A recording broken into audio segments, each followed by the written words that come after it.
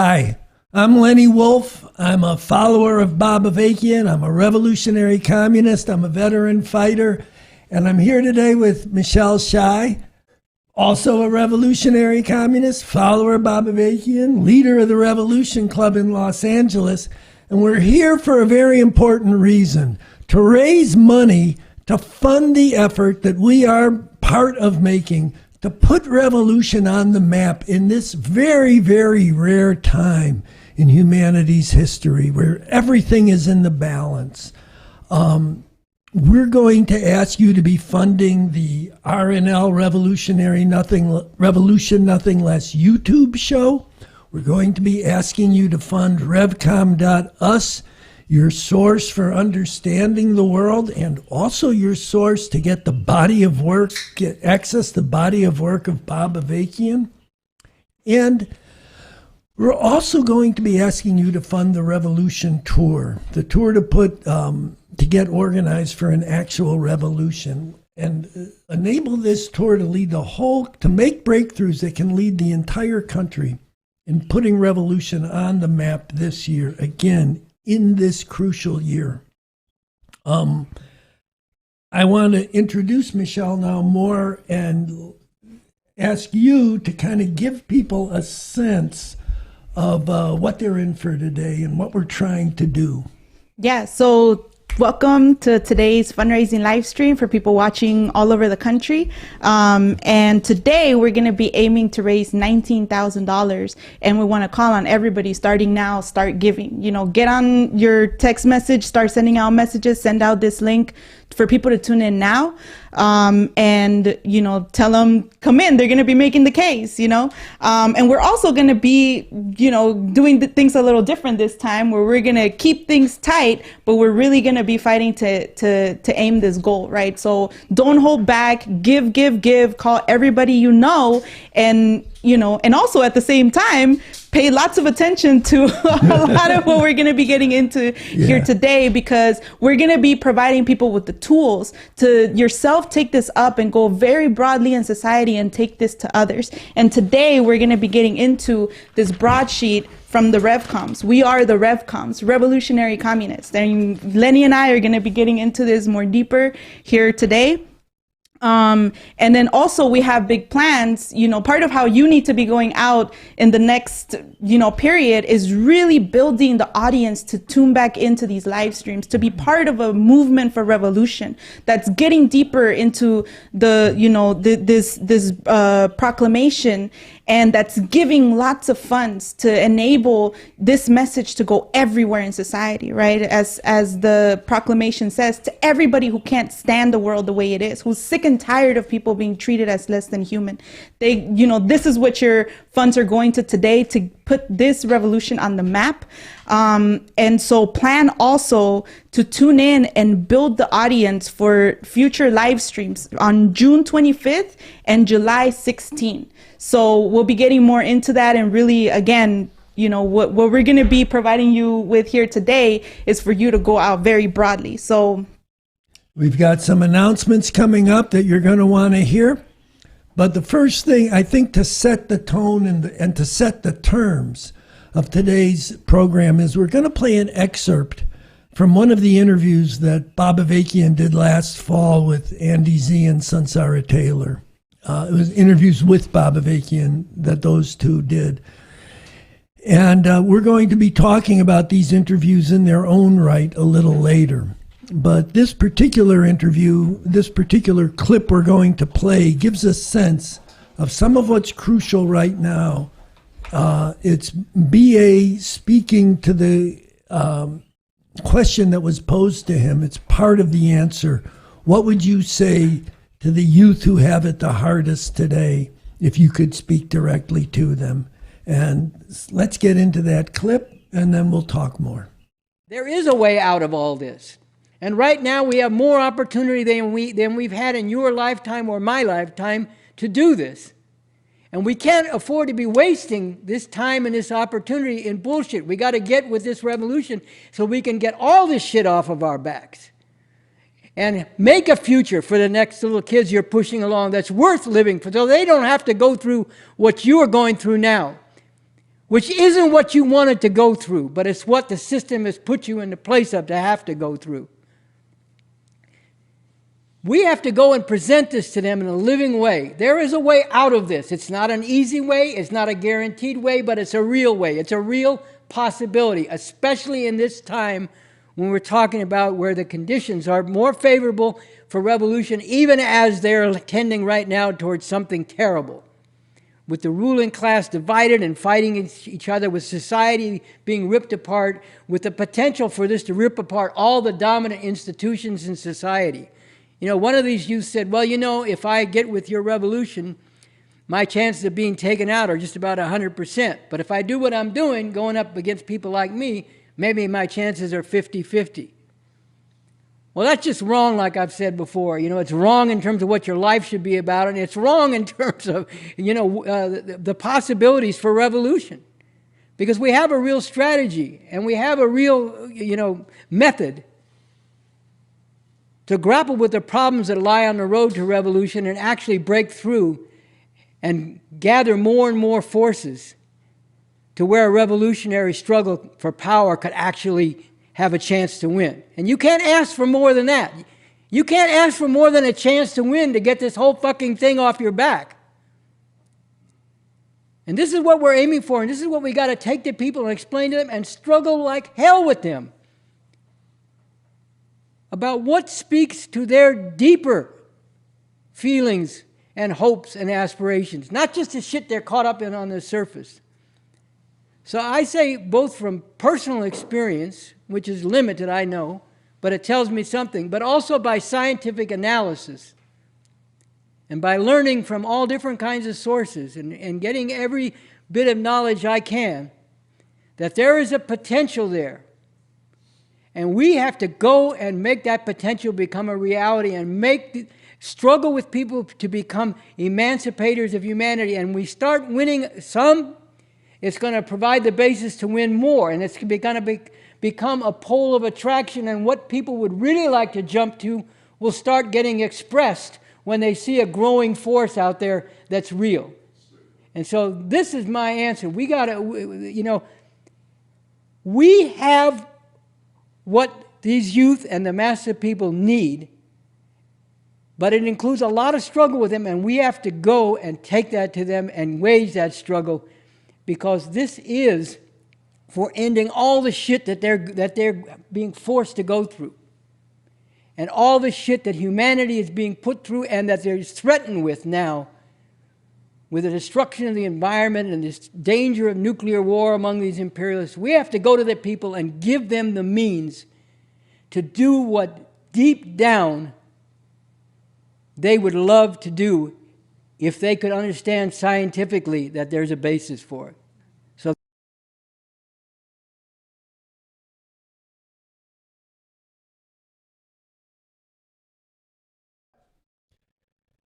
You know, we have scheduled people to talk about this interview later in the show, but I just wondered if, I mean, man, that's really so powerful and so much from the heart, you know, and the difference it could make if this could get out there. I just had to say that. I don't know if you wanted to add or...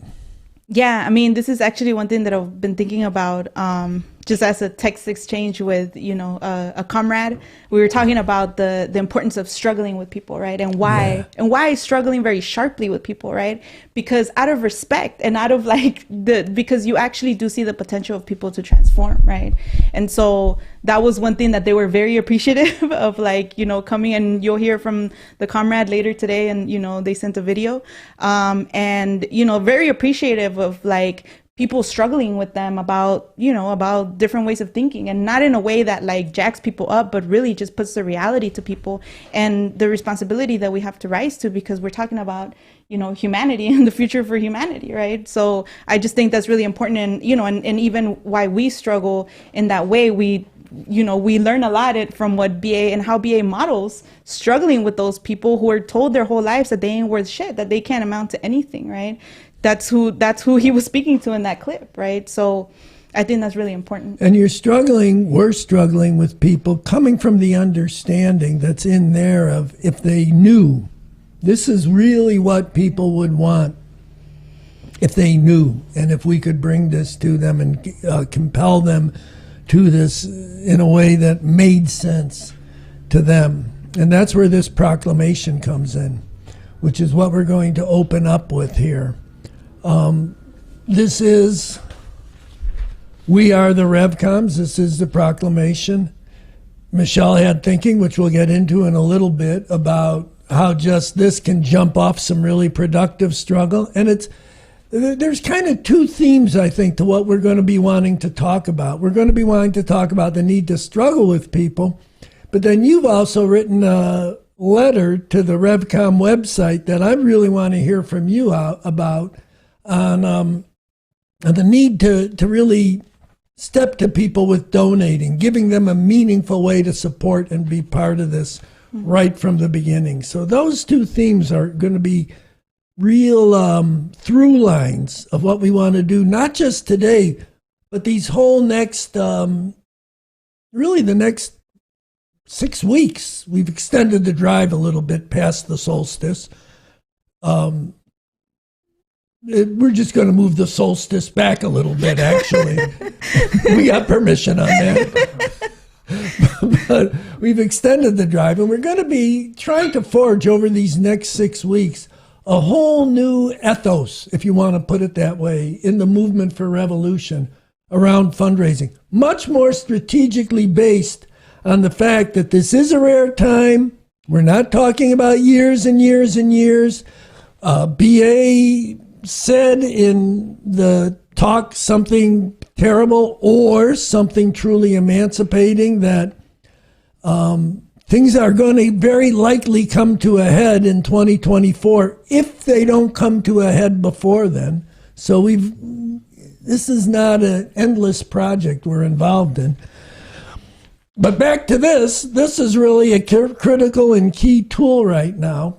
And we wanted to begin by playing a excerpt from Andy Z's speech on May 1st that talked about this proclamation. And I think that gives us a good way then to kind of go off that. I also want to recommend that people watch the RNL show number 148, where Andy also breaks this down in a way that we don't have time to do today, but that is very, very helpful, I think,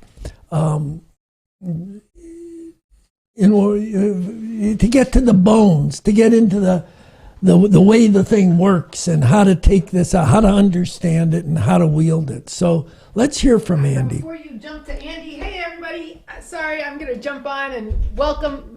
I'm Annie Day. I'm also going to be here later today and helping to produce today's live stream. But I just wanted to let people know if this is we're producing this live. So if you see me, I'm going to poke in and out throughout the live stream.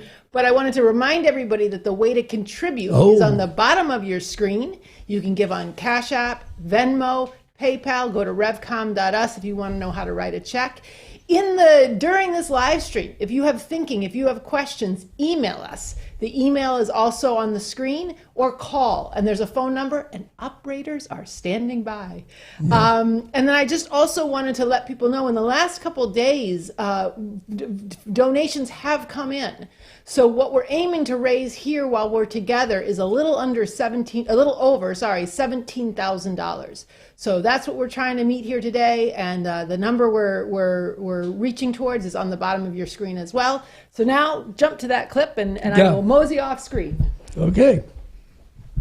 Now, today we declare to the world with the publication of We Are the Revcoms, number 1, to prepare the people and to organize the forces for a real revolution that must finally lead in defeating the violent enforcers of this system.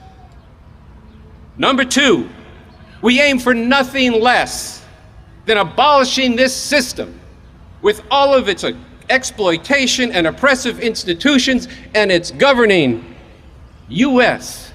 Constitution. And 3, we aim to establish a far better system based on the Constitution for a New Socialist Republic in North America, written by Bob Avakian. This Constitution will provide the means to bring about a society free of all forms of slavery, all exploitation and oppression based on class, race, sex, and gender, and all relations in which one part of humanity is subordinated to and dominated by others. This is real. This is possible. And we are determined to put revolution on the map this year. And this begins today. And we call on all of you to be a part of this emancipating revolution.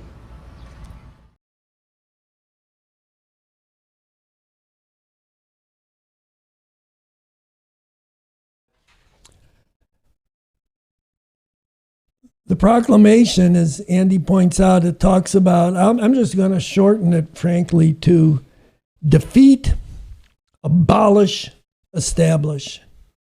Just remember those three things. Those are three pivot points of struggle. There are three pivot points right here. They're all in bold.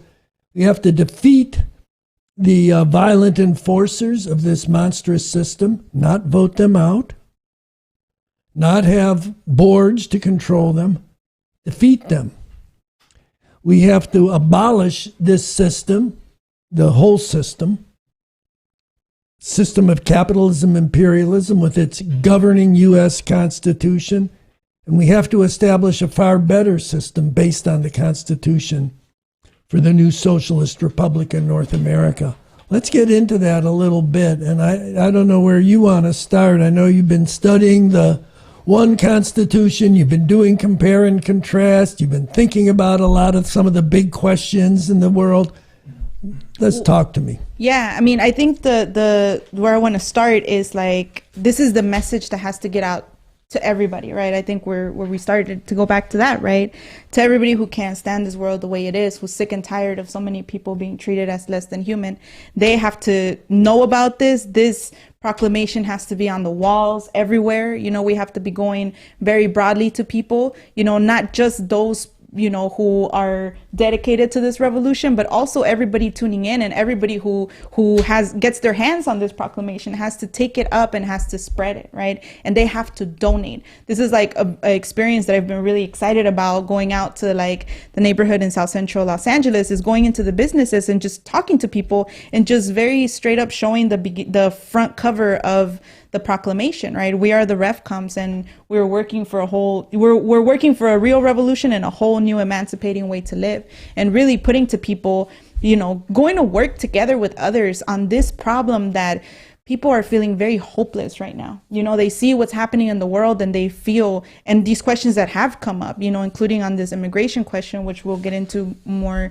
deeper here, is why is this happening? You know, why is this crisis at the border happening? Like, why, you know, are we a year after the right to abortion was overturned and all these attacks are continuing to come down on women, on LGBTQ people? Like, why is this happening, right? And actually like bringing to people in very simple ways, right? As it starts, we have basing ourselves on the scientific understanding that it is a system of capitalism, imperialism that is the source of the problem, and that we are getting organized to overthrow that system. And to your 3 points, right?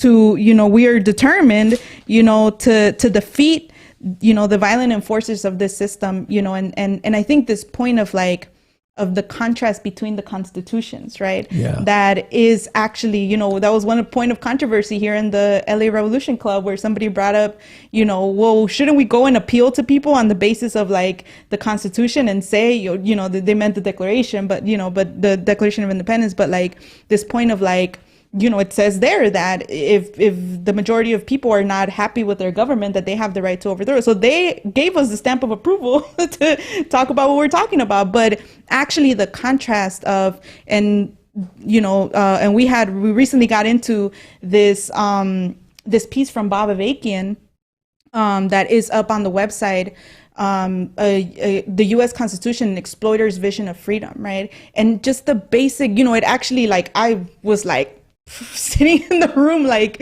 you know, mind blown, like, you know, it's very scientific. It's not just a moral stand that we're saying that the U.S. Constitution is an exploiter's vision of freedom. It actually is very scientific. Why it was written to protect private property, you know? And when you look at, you know, even what BA gets into in the interviews about why we don't have the right to eat, very scientific. It's not just a moral stand, it's actually scientifically based, and it's reality, and it's what we have to get millions of people to understand and actually, you know, and really get, you know, these points in the proclamation about why we're saying we have to abolish the system and its governing U.S. Constitution and replace it and establish the Constitution for the new socialist republic in North America, written by Bob Avakian, that actually is a vision of like a radically emancipating, you know, society where people don't have to, you know, continue to live the way that they're living right now. Like this is what it means to bring hope on a scientific basis to people, you know, and this is what people's funds need to be going to, right? Not to the Democratic Party. We're going into like the elections and, you know, you're getting whipped up, you know, around give your money to the Democratic Party. Oh, you know, we heard this just the other day. Well, shouldn't you be talking about a different, an alternative party? You know, shouldn't, you know, to run for office? Isn't that what you should be doing instead of, you know, talking about this revolution? No, what we need to be doing is putting this proclamation in front of millions of people, and people need to know that we don't have to live this way, that there's a whole different way that we can live, and that they can be part of making revolution as they're learning about it, as they have questions, and as they're getting deeper with other people, and yes, as they're spreading it. You know, like that's what your funds are going to. That's what the RNL show does every week. Real exposure on like what's happening in the world and how to understand it and what we need to do about it. That's what the website does. That's what people in the National Revolution Tour are getting, you know, are deepening our understanding, are having a lot of struggle, you know, and this gets to, you know, to the paper I wrote, right, that's up on the website, right, on donating, and the contrast of, you know, where these fund drives happen, and we're kind of like, okay, you know, like now we have to like call up a lot of people. We have to be building a mass movement for revolution all the time, where we're raising funds all the time, and where we're involving many, many people to step into this revolution all the time. And a basic way that they do that is by asking them to donate. And that actually opens up the differences that they have. It actually raises, you know, why should I give my money to you? Good question. Let's get into why you should give your money to us. And let's talk about where you're putting your money to right now. The Democratic Party, let me tell you why that's bullshit. You know, like, let's just get into those questions with people, you know, and really contrast that with like what people need to be getting into and understanding now. Yeah, I mean, it puts things on a whole much more serious footing when you pose that question of you need to step in now and support this. And then you get into what is they're supporting. You can just walk up and come and say, look, we're raising money now for the Revcoms, for the revolutionary communists. You need to donate, and here's why. Mm-hmm. Not, here's what the revolutionary communists are all about. Here's what we think about this and that. And could you please donate? You know, but to step off right from the jump on this, and to also understand, you go to a lot of people, right? Yeah. You lead the club. Mm-hmm. Isn't that something you were struggling with people? We have to go to a lot of people. We can't just go to a few people. There's a lot of people out here that we, have to be going to. So I think, can I respond to that? You sure can. I think on the last episode of the show, Annie Day was like making this point about, think about what it's gonna take to make revolution, right? To get to that point where what's described in the Declaration, right? What is it gonna take to defeat the violent enforcers of this system, to abolish this system and all its oppressive institutions? You're going to need millions of people. You're going to need people who are supporting this, who are actually, starting now, like actually supporting this, right? And we have to go very broadly, because this is the thing that I get really excited about, right? You go to places like South Central LA, and like I said, this experience with like going to the businesses, right? And you just see the potential of how sick and tired people are of like living in the conditions that they're living. And then when they hear, what you're talking about, like, a whole different world, like, people want to contribute to that, people have like you could see like, people that were like, well, did you guys eat already? Did you guys have lunch? Like, because like, they see like, oh, damn, these people are getting out this message, like it hits a different way. Right. So I think, this point about like, we're serious about making an actual revolution, and we're serious about bringing forward what is going to be required to go up against and defeat everything that is in this proclamation, right? And what I appreciate about the proclamation is that it also goes through, right, what is our strategy for that we're bringing people into working on at like when we meet them, it's not a thing, and it shouldn't be seen as a thing where like we come up to them and say, okay, well, here's this, okay, you gave $5, thank you, and then they say good luck, and then you walk away, oh thanks, but like, no, you're bringing them into a process. They're starting a process where, yes, they have a lot of questions, they don't fully understand what all it means, but we're putting to them really quickly the going to work on making this revolution, and by donating to this revolution and by spreading the word about this revolution, it's a basic entryway that people can actually be part of things, and as they go forward, they're deepening their understanding, they're coming together with other people just like them, who, sometimes people feel like if you're in a neighborhood and they kind of, are kind of like, well, I'm seeing everybody else around me is not really with this. So like, is it all me? And then they, and then they tune into live streams like here today, where they see and hear the voices of people from across the country who are with this, who are going through the same process, who have the same questions, and who are being struggled with, over over these things, right?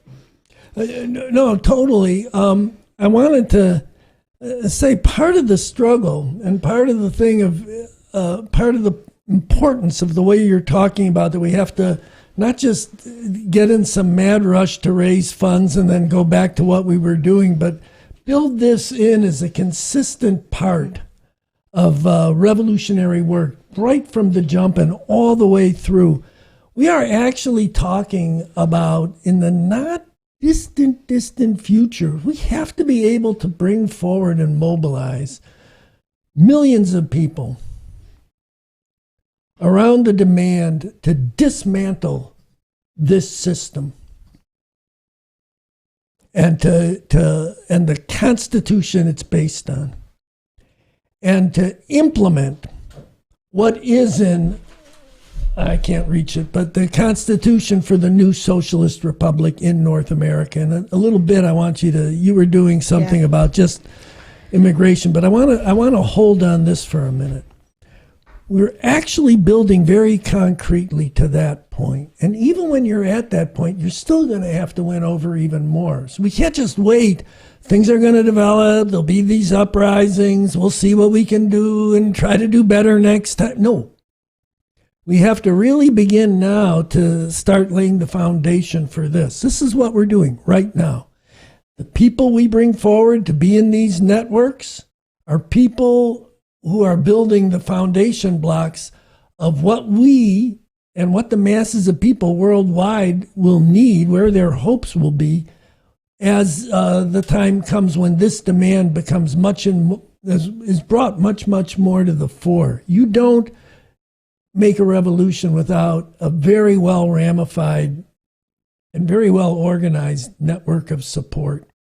So this is both raising the funds we need for this summer, but actually the bigger part of what you're doing is preparing the ground, preparing the people, and preparing the vanguard for the revolution, for the time when people can be led to go all out, to actually make the revolution that's needed. So I wanted to bring in that dimension to what you were saying. I'm wondering if we should read some of these statements that kind of give. Why don't you go to the video? That's what I was going to say. So we have, all right, great. We should go. There's a supporter that actually is speaking to this point about like the people, right? So let's go to that. I'm very happy today to participate as a supporter of the Revcom fundraiser here on YouTube. I just want to encourage people who are watching this event that your participation is key to making revolution. Without people, there can't be an overturning of capitalism and imperialism in the United States and around the world, and creating a socialist and communist future. We need human beings, tens of thousands and millions of people involved in making this revolution and seeing it through to its completion and building a new society. So getting involved means volunteering your time, reading, and also volunteering what donations you can give to the revolution.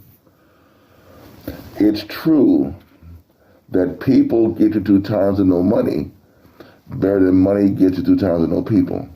So we have to have people. But when we donate and make that part of our regular activity in the revolutionary struggle, then we know that's part of the work that we're giving, not only our labor, but the funds that we can give to make the revolutionary organizations strong and viable. So I encourage everyone to get involved, to read, to rally, to study, to struggle, but also make donations financially so we can make this revolution happen. Thank you.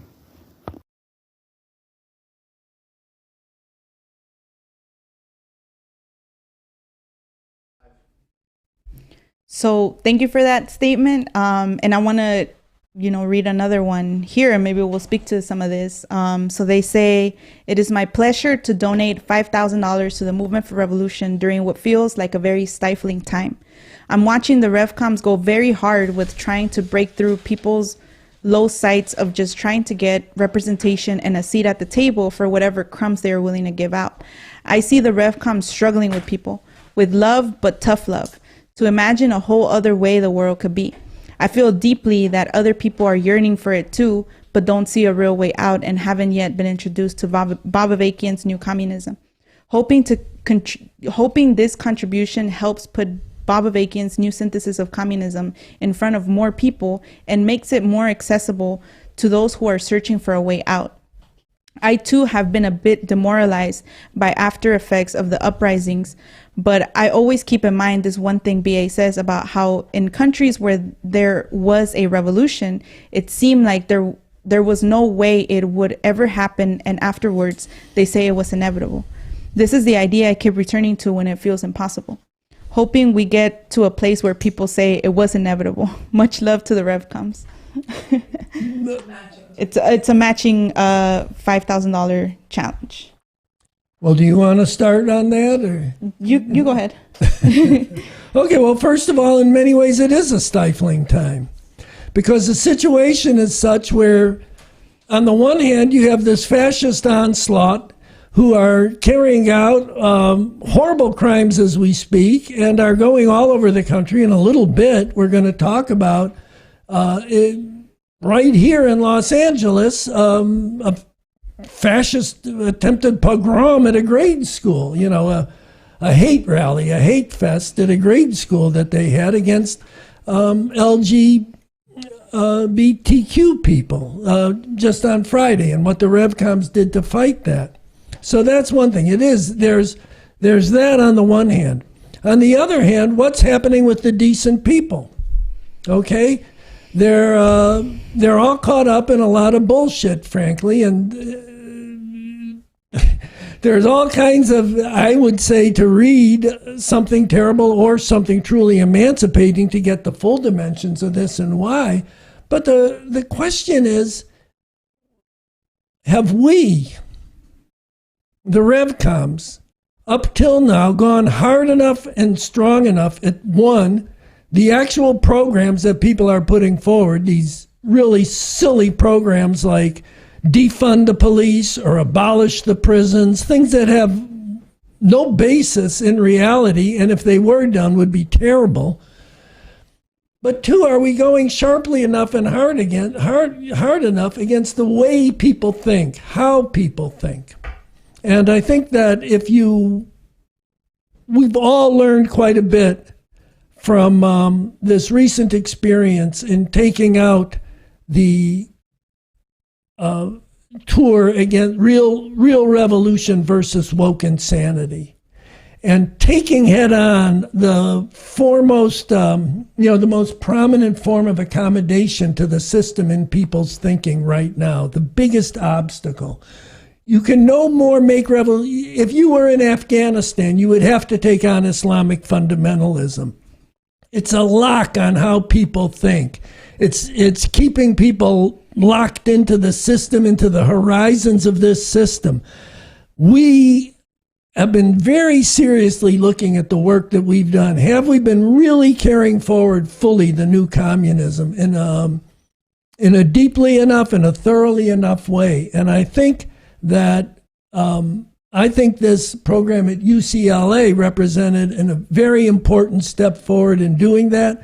I think there's other things. There's things we have planned. And I think that this proclamation is something that is a means and a way to struggle very sharply with some of the ideas that are really holding people back. This idea, what Michelle was talking about, the silly fetishism on the U.S. Constitution and the Declaration of Independence, for that matter, that has people's horizons kept within this system. We are going to have to wait. BA's been saying this for a while, and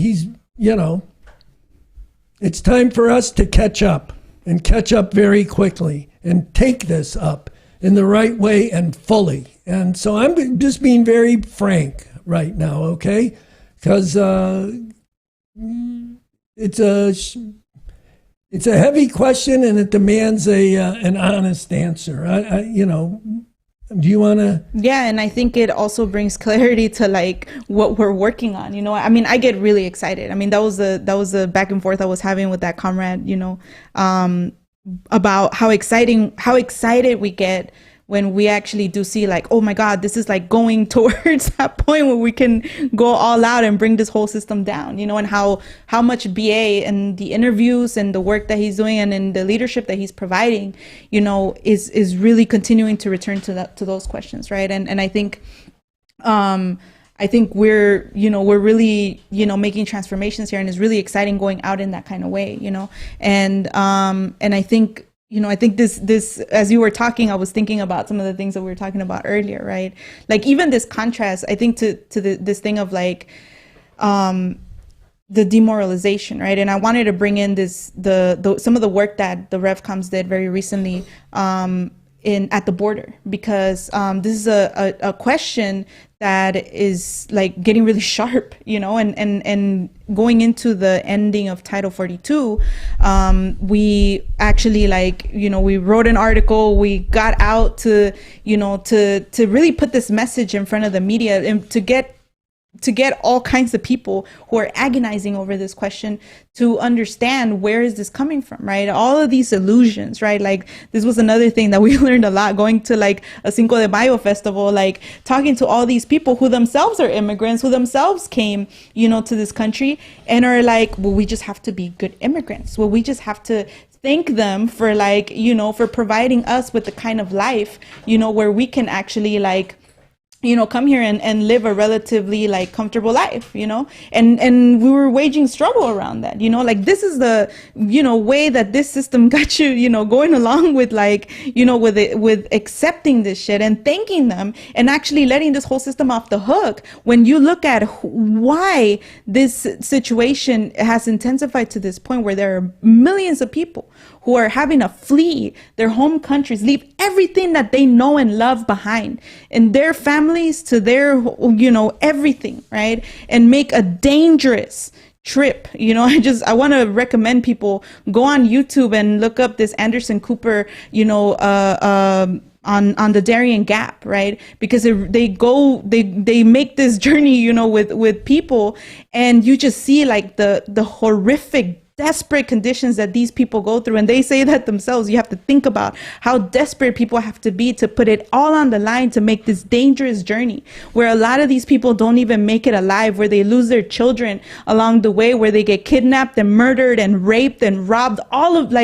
you see all of the horrors, but you also see the beauty and the potential of that exists in people helping each other, they're helping each other's children, sticking together, and you can see that potential potential, and all of that potential that is going to waste right now, because you have all these people putting all of their efforts, sacrificing everything to come to this country. And it's this very same system that plunders the world, that has 750 military bases in 80 countries, that continues to destroy the world and make it impossible for people to live in their countries, that they have to come here, and this is the agitation that we were taking to the border, to the neighborhoods where people are thinking about these questions, where people were asking why, and we were bringing them answers, but not just so that they would say, oh, thanks for the answer, but actually to struggle with them, to be part of actually bringing about this whole different world. And one of the things that, some people have heard me say this, but in doing that work, I went back to the Constitution on the section on immigration, and I just cried, and I still continue to cry every time I go back to that section. And people should, in the revolution clubs everywhere, people that are tuning into this, go to the Constitution and go to that section on immigrant citizenship and asylum, and think about the contrast in how people are being treated right now like animals, like criminals, and think about what a beautiful vision, BA has on these people when he wrote that Constitution and what it says, right? It begins talking about the what is the actual problem, right? Why is this happening, right? And then it goes into this whole thing about once you get rid of that, once that shit is out the fucking way, you have you have the potential to, the defeat and dismantling of the imperialist USA and its machinery of violent destruction and repression has radically changed the situation. And then it makes the point that in this revolutionary struggle, at the heart of that struggle were a lot of these people that are, that are going through this, a lot of immigrants, a lot of, Black and other oppressed people, and a lot of other people, right? And then it makes the point, they have to continue to play a key part in bringing about this whole different society and world, right? That's a beautiful fucking vision of how to look at these people and that potential to be truly unleashed to bring about a whole different world. That's what we're bringing to people. That's what we, the Revcoms, that's what we took it to, to the border, to, to these neighborhoods, and struggled with people and brought this to people to get with this revolution. A lot of these people that couldn't even read, in these neighborhoods, that sat around together and had one of their daughters read this declaration to them out loud. And they were like, we don't know what it means and we want to get into it more. But they got that point about everybody who is sick and tired of living in this world the way it is, that they have to be part of this revolution. And they opened that up, and they, even people that couldn't read, this is, it's really inspiring, and it's really moving, when we're getting out there and we're really speaking to those people, and yes, struggling very sharply with people, because right now when when we were doing the work leading into going into the border, we were watching CNN, and what came on was Jorge Ramos, talking about this is just the new normal. It's a big, tremendous problem, but it's just something that we're going to have to get used to and figure out how to deal with. No, fucking Jorge Ramos, we don't have to live with that, and we don't have to normalize it or accept it. We have to get organized to overthrow this fucking imperialist system that puts people in these conditions here and all over the world, and we have to establish this constitution that's going to unleash these people to be emancipators of humanity. And this is what your funds are going to. When you give to the Democratic fucking Party, you're giving to continue this fucking nightmare. When you're giving to the Revcoms, you're contributing to unleash that potential, those masses who are under the boot of this system to lift their, to lift their sights, to be about something radically different, and to go to work on actually bringing about the time when we can bring this whole fucking system down. I want to just respond and add one thing and kind of circle back to the comrade who talked about the stifling time and feeling really demoralized. Because I know we do get this among basic people, more at the bottom of society. It's a good idea, but can it really be done? There's a lot of defeatism all the way around. It's not just in one section of the people. Look, you're in a situation now where the suicide rates are going off the chart for teenagers, up and up and up. The mental health crises, and it's not all just about social media. This is some serious, significant social problems going on right now in this society, and that feeling of being stifled, of being hopeless, of being on a planet hurtling somewhere. And I think what's really important to circle back to is what we opened with the clip from Bob Avakian, where he says you have a chance. He says two things. He says this 50-50, I would have a 50-50 chance if I just stay with the thing I'm doing now. But if I get with you guys, I have a 100% chance of being taken out. And he says that's wrong from all kinds of standpoints, from a what is your life going to be about standpoint, an ethical standpoint, or a moral standpoint, but it's also wrong because you're looking at the surface. You're not seeing, and you're not looking deeply enough below the surface to see that right now there's an actual, look, it's said in the declaration, in this proclamation here. This is a rare time when the capitalist imperialists who rule over us in this country are deeply divided in a way they have not been since the Civil War in the 1860s. And the country is being ripped apart, with one section moving toward an outright fascist form of rule, with the other fighting for the horrific way things have been. They cannot resolve these deep divisions and hold the country together on the basis of the normal way this country has operated. And in any case, that normal way is full of oppression, destruction, and the real danger of wiping out humanity. For these reasons, this revolution we are working for is urgently necessary and more possible. And more possible is underlined. And I want to ask everybody who's watching this, who resonated with the statement of the person who did make the $5,000 matching contribution, to not just think very deeply about this paragraph of the statement, but to dig into the works that BA has developed on this whole question, bringing to bear and marshaling a lifetime of digging deeply into both the scientific method in its own right, but the scientific, the application of that method to understanding how society moves and how societies change. And to break that down in a way that everybody can understand, which I do believe that something terrible or something truly emancipating can be understood. You have to work, but it's work worth doing. And it's work worth examining your own assumptions in your own framework as you're getting into it.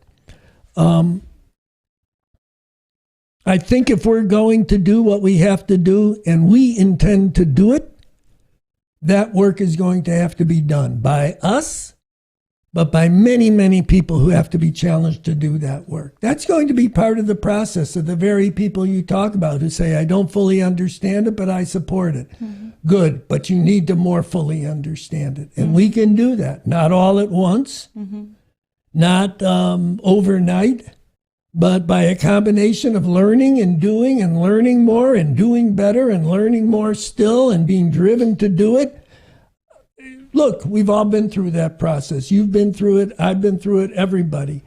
And now people have to go through that in a very telescope period of time. I was fortunate enough to live through a time where a lot of people changed very quickly.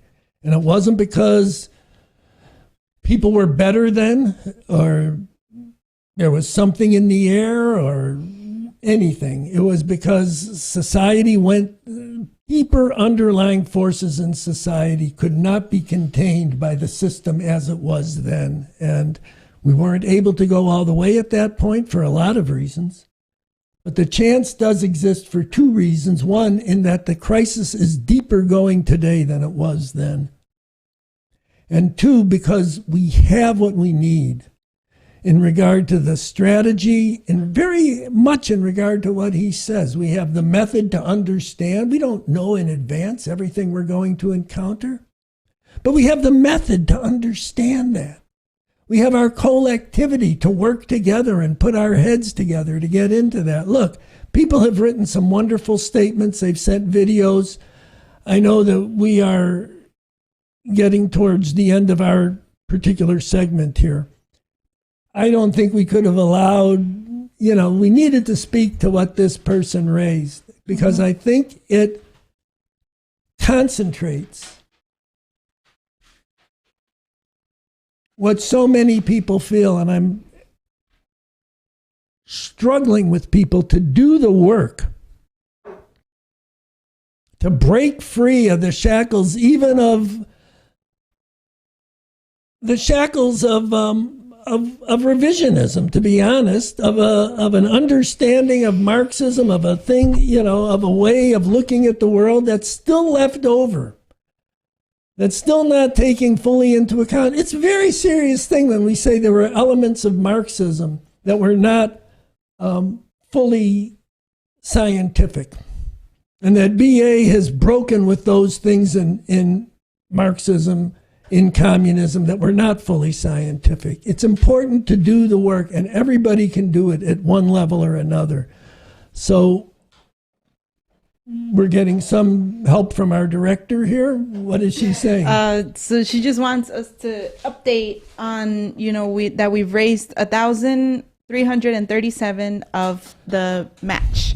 So we do want to continue to encourage people, to give. The information for how to give is on the screen, and text out this link to people, because people should continue to be tuning in and sharing and spreading this live stream, because these are crucial questions that we have to be, getting into and leading others to, to continue to get into.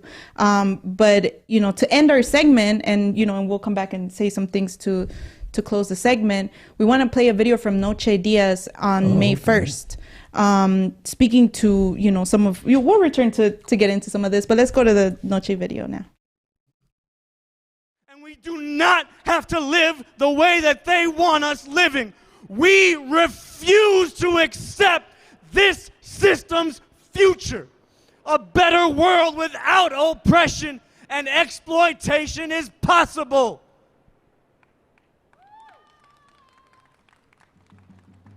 And refusing it is going to involve going up against these weapons of oppression. Yes, first of all and foremost, casting off and shaking off the ways of thinking that they have put on us and others and each other that keep us down and keep us going along with this, or trying to fight for some crumbs within it. But it also means right now, and just to be clear, because we're serious in the Revolution Club, we make very clear, because we are serious about what we say in making revolution, we are not acting like fools, and we're not going to give them an easy chance to come after us and put this revolution down before it has a chance to win. But even while we do not initiate attacks against anybody, it is long past time that people accepted and went along with and just recorded and watched while the police, who have no right to run around these neighborhoods swaggering with their guns and badges, blowing people away, violating their rights, foreclosing their futures, and drowning the hopes, the dreams, and the humanity of generations in blood. And we have every right to stop them from doing that.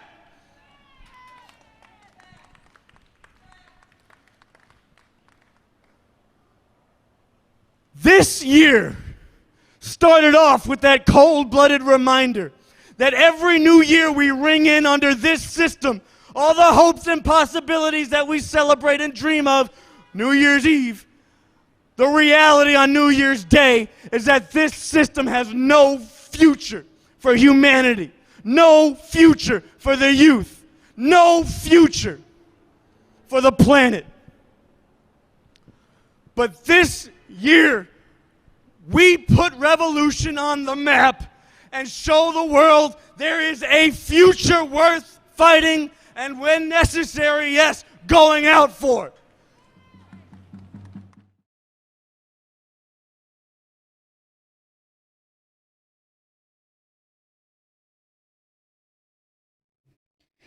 So I wanted to, we wanted to show this clip from Noche because I think it brings alive some of what's, again, returning to the proclamation, where the RevComs, where it's talking about some of what we're working on, right? What is our strategy, right? And it says, we actively apply the strategic approach of fight the power and transform the people for revolution, involving masses of people in rising up to resist the continuing crimes of this system and defending people from attacks on their rights and their lives by racist, women-hating, and anti-LGBTQ thugs in and out of government, winning people to the scientific understanding that we don't have to live this way. So I wanted to, bring this in because I want to, encourage people and continue to encourage people to go on the website revcom.us, where, there'll be more an article around what here in LA the Revolution Club took up and going, there's like these intensifying attacks, right, on, as it's speaking to, right, from these like fascists, right? And here in LA, in an elementary school, these, parents and others, fascists went out there and, and just unleashing these anti-LGBTQ, attacks, including burning a LGBTQ flag, right? And people went out there, to protest, from both sides, and the RevComs were out there, right, applying what's in here, So people should, go on the website and, read about it and be part of, this is going to be a long, hot summer where this is going to be the kind of thing that we're going to be continuing to do. And this is what your funds are going to be, going towards enabling and actually, as part of putting this revolution on the map. And, again, to everything that we've been talking about, getting prepared and, and ready for the time when we can bring this whole system down, not allowing these fascist, thugs to continue to intimidate and harass and brutalize people. But before I hand it over to Lenny for last comments before handing it to the next segment, I do want to continue to encourage people, to give, right? We're at 41,822. And we have to, this movement for revolution has to grow. That's everybody who's tuning in right now. If you've been a supporter of this revolution for a long time, good, let's continue to do that. But we really have to continue to expand. We have to go to everybody. We have to go everywhere. That's not just on the hardcore revolutionaries who are dedicating themselves to this. That's on everybody who knows about this revolution. What a great crime it would be. This is what Andy C, made this point about. What a great crime it would be if people that know about this proclamation, about this message, just keeps it to themselves. This has to go to everybody who's sick and tired of the way the world is and want to fight for something radically different. There's different ways that people can contribute, and we should find the ways for people to contribute in a very basic way. And we should be going to everybody is to give to this revolution, to be part of, enlargements. Imagine like enlargements of this beautiful, cover of We Are the RevComs, like large, in different parts of the different cities where everybody's seeing this. We begun to learn the impact of what just the title of this proclamation, does, right? And people actually like, oh, working for a real revolution, and this has to continue to spread, right? Also the inside, right? The inside of the proclamation should be like enlarged everywhere, where people are just coming up to the walls and are gathering around it and reading it and getting into it and debating it, and discussing it, right? This is what we have to be, going for. Yeah, I totally agree. And I want to emphasize that last point of massively around the cities having this thing up there. I think what would be really important is there are people who wrote in, there are examples of where people are beginning to take this up, beginning to take this out, beginning to build networks. And again, these networks won't be built without struggle and without getting more deeply into things. We're going to have Annie come up and read some of those statements. And then after that, Sansara and Andy are going to be talking some about this woke offensive that I referenced in my answer to that one person. I did want to say this. Keep your eyes on the Revolution Nothing Less show. Keep your eyes on revcom.us. in terms of struggling and drawing the lines sharply between this Constitution that we live under now and the Constitution we could be and need to be living under, there will be something coming up that's going to be, there needs to be a way to repolarize, to polarize and then repolarize, to wage struggle around this on a very big scale. So stay tuned. So with that, let's go to a video with Chantel Piper with the Revolution, who's going to be talking about some of this fundraising. Trying to find ways to raise money for the live stream and amongst different strata of people. And we found out very last minute about this international art show on the West Side called Freeze. And it's a who's who of the art world, and art collectors come, artists, students, influencers. So a small team of us actually went out and, put forward raising money for the revolution. Look, we are aiming to make a real revolution, and that's $100,000. That's actually even nothing compared to what's needed. And we are putting that to people very seriously. We found out that tracking it actually helped people see, where their funds fit in like this big picture of $100,000 goal. And so at first we're like, okay, it'd be important if we raised $500 here. And people were chipping in $1, $5, $20. As we're approaching $500, we were only $39 away. Mm-hmm. And we're announcing that, and we're going, okay, like who out there has $39? It's going towards the revolution. It didn't take much, and they rushed over to scan the QR code and donate the $39. Then we all jumped around and celebrated together. And that even was creating a scene. People were looking, and I think even off that, someone bought a t-shirt. And so we were still raising money. So we're like, okay, we're here 2 more hours. How do we take this further? So we raised the goal to $1,000. And then someone, because we were still there and there was a scene going, came up to look at the table, and someone more serious and donated actually $400, grabbed the Constitution, grabbed almost everything on the table. Through that process, then we were able to raise at least $900. And so that was our exciting day at Freeze. So what kind of discussions were opened up when you stepped to people with the need to contribute funds to this revolution?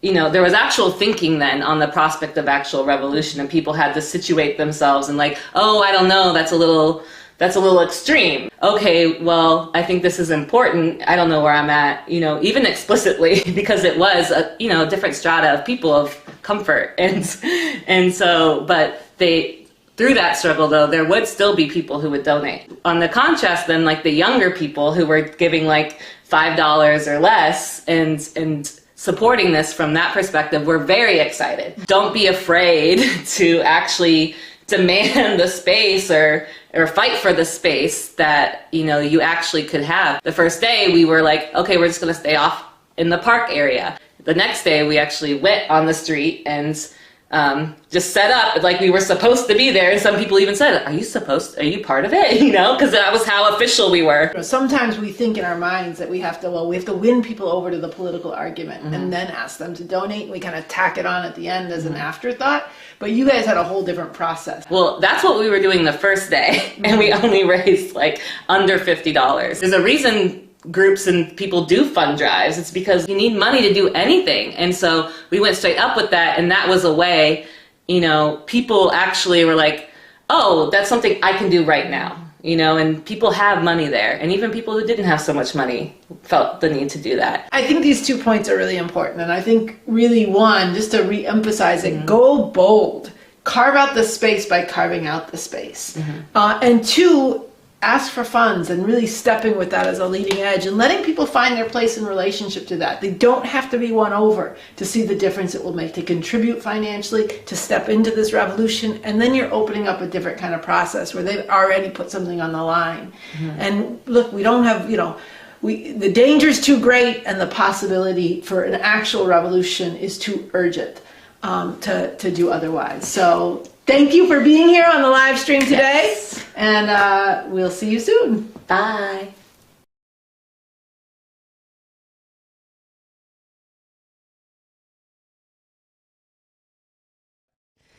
Okay, hello. So as I said earlier, I'm Annie Day. I'm part of the national tour to get organized for an actual revolution. Thank you for everyone tuning in. Stay tuned in. We want to thank the people who've given so far, the generous donor who contributed the $5,000, asked a serious question, everyone else who's giving, everyone else who's spreading the word. You are part of a community of people all across the country who are determined to bring a whole new world into being.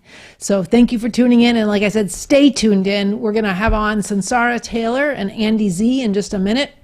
They're going to talk about how we've been stirring up the whole debate and country. And you're going to hear from myself and Andy at the end about these interviews with the revolutionary leader, Bob Avakian. So I want to give an update and I want to read a couple statements. So first, we have raised $2,194 of the $5,000 challenge. So that's fantastic. Keep the donations coming in. Keep calling and texting people you know. And now I want to read a couple statements from you all who've donated generously. So one is from two people who gave a total of $500. And they said, "We feel that in order to get to a new world founded on the new communism, the vision forged by the revolutionary leader Bob Avakian, it is necessary to support all the work going in that direction, like the Woke Lunacy versus Real Revolution Tour, the RNL Revolution Nothing Less show, and Revcom.us, as well as leaflets and other programs. This clash of ideas is not only necessary, it is what the world needs to raise people's sights, to aspire for the emancipation of humanity, to save the planet, and to start resolving the major problems that the people of the world face." So thank you for that donation and thank you for that statement. There's just a few others I want to share. One is, and I'm going to edit while I speak, but go to revcom.us this week and you'll read this statement in full. This is from people from the Revolution Club in Chicago. And they have been systematically sending out or dropping off bundles of that broadsheet, of that proclamation, to some of the many people that they've known over the years, along with materials about this fund drive. And these examples show the potential that they found in doing this.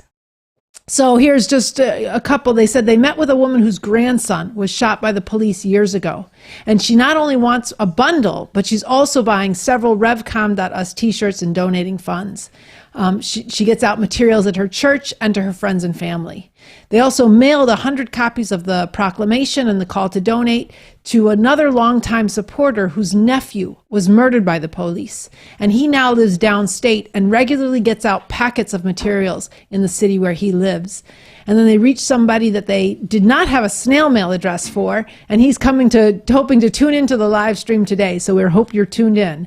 And he said, "This summer, I want to be boots on the ground." And, you see the ways in which these networks of people taking this up and spreading this to people they know, their churches, their communities, their small towns, how that can be part of building up the networks of revolution that are required that Lenny and Michelle were talking about earlier. Here's a statement from someone who gave a contribution, who's a international grad student in philosophy from Columbia University. They said, "I first encountered the Revcoms through the May Day parade. It was a very fruitful event for me intellectually. I got to hear personal stories of a Haitian during the parade who condemned U.S. invasions and interventions in Haiti starting in 1915. I also heard from Black citizens who refused to go to the Vietnam War, for the true battle is against the ruling class and imperialism. I heard people saying there's only one race, and that is humanity. In the evening event at the bookstore that followed, I could sense a solidarity in the air among people coming from some 10 plus countries. It was a fantastic night." And they're talking about revolution books in Harlem. And they went on to say, "I did more research online about what the Revcoms and the Revolution Club. And one thing that resonated with me was what Carl Dix said about Sansara Taylor's critique of identity politics. That for immigrant children who are kidnapped at the border and who are working for big corporations, it does not matter that the person who suppressed exposure of this crime is Susan Rice, a Black woman. So these events are deeply thought-provoking and prompt me to acquaint myself more deeply with Marxist, with communist literature. And I helped the group spread the word by posting flyers and the proclamation, "We are the Revcoms," on Columbia University. And she ended by saying, "I call on more people to donate to the fund drive, to continue that debate, and spread more words for the flames of a real revolution." So we want to thank people for those statements. I think I'm going to end with this one from a volunteer who makes crochet blankets to raise funds for the revolution. And I think we might be able to show the baby blankets and the t-shirts they're talking about on the screen. And they said, "Greetings, comrades. I'm a strong believer that we need to change the conditions in this world. So to help make a difference and put revolution on the map, I will be selling crochet baby blankets and sleepers as gifts for any boy or girl. They make nice baby shower gifts for your friends or family members. And not only that, but also I made "No More Stolen Lives, Stop Killing Us" t-shirts and "Put the Guns Down, Stop Killing Us." Let's fight for a better world. Help us put revolution on the map. We need revolution, nothing less. Humanity first. And here I think you see, I want to thank everyone for your donations, but also for your statements, for your words, for your thinking, for your determination to be part of fighting for a better world now. And I think here you see the diversity of voices, of the ways in which people who are never ever have a chance to meet each other are stepping in together into this revolution and having an impact bigger than themselves. So I'm going to hop off stage for a minute, and I'm going to bring on Sansara Taylor and Andy Z. And before they come on, you're going to see two videos back to back. One, an overall intro about the woke lunacy versus real revolution tour and giving you a flavor just for some of what they began at UCLA. And then you're going to see a video from students, just snippets, who are responding to what they heard on this really wild and important beginning. So we're going to play those videos and you'll come back to Sansara Taylor and Andy Z. Stay tuned.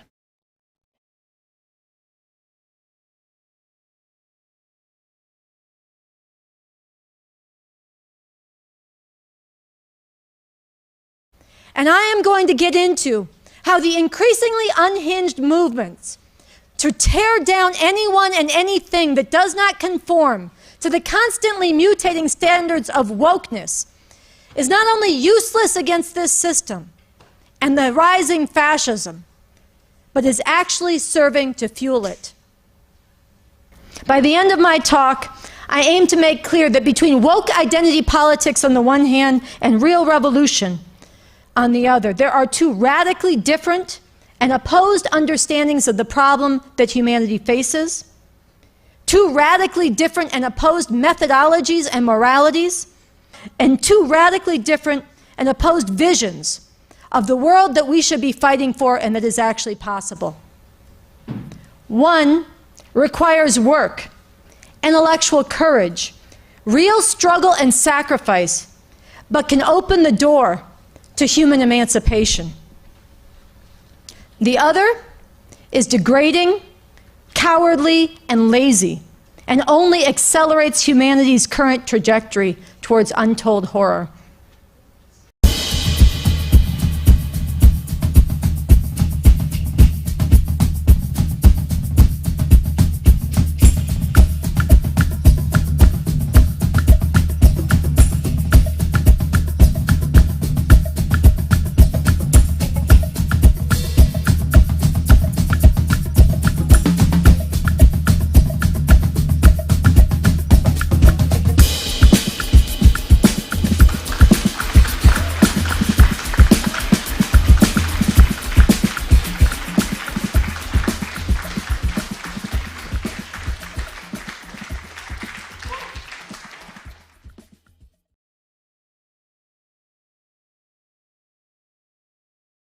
What does that mean to be canceled? Like, what is cancel culture? What is it? It's like, she's like, well, nobody's ever been canceled. When, yeah, people do get canceled. People's careers can get taken down all through a woke mob. It's very real.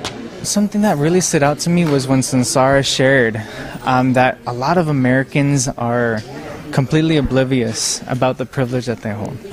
I guess I agreed with like what they said about the exploitation of a lot of people, not just in America but around the world. Whether it's like relying on like Bangladeshi women, whether it's relying on the African children mining to get these minerals for our phones or cobalt minerals for our electric cars. We often think about identities, right? I'm LGBTQ, I'm trans, I'm non-binary, I'm black, I'm brown, right? But we also don't also think about the atrocities that this country has caused. And so I found that to be a really good point that Sansara made.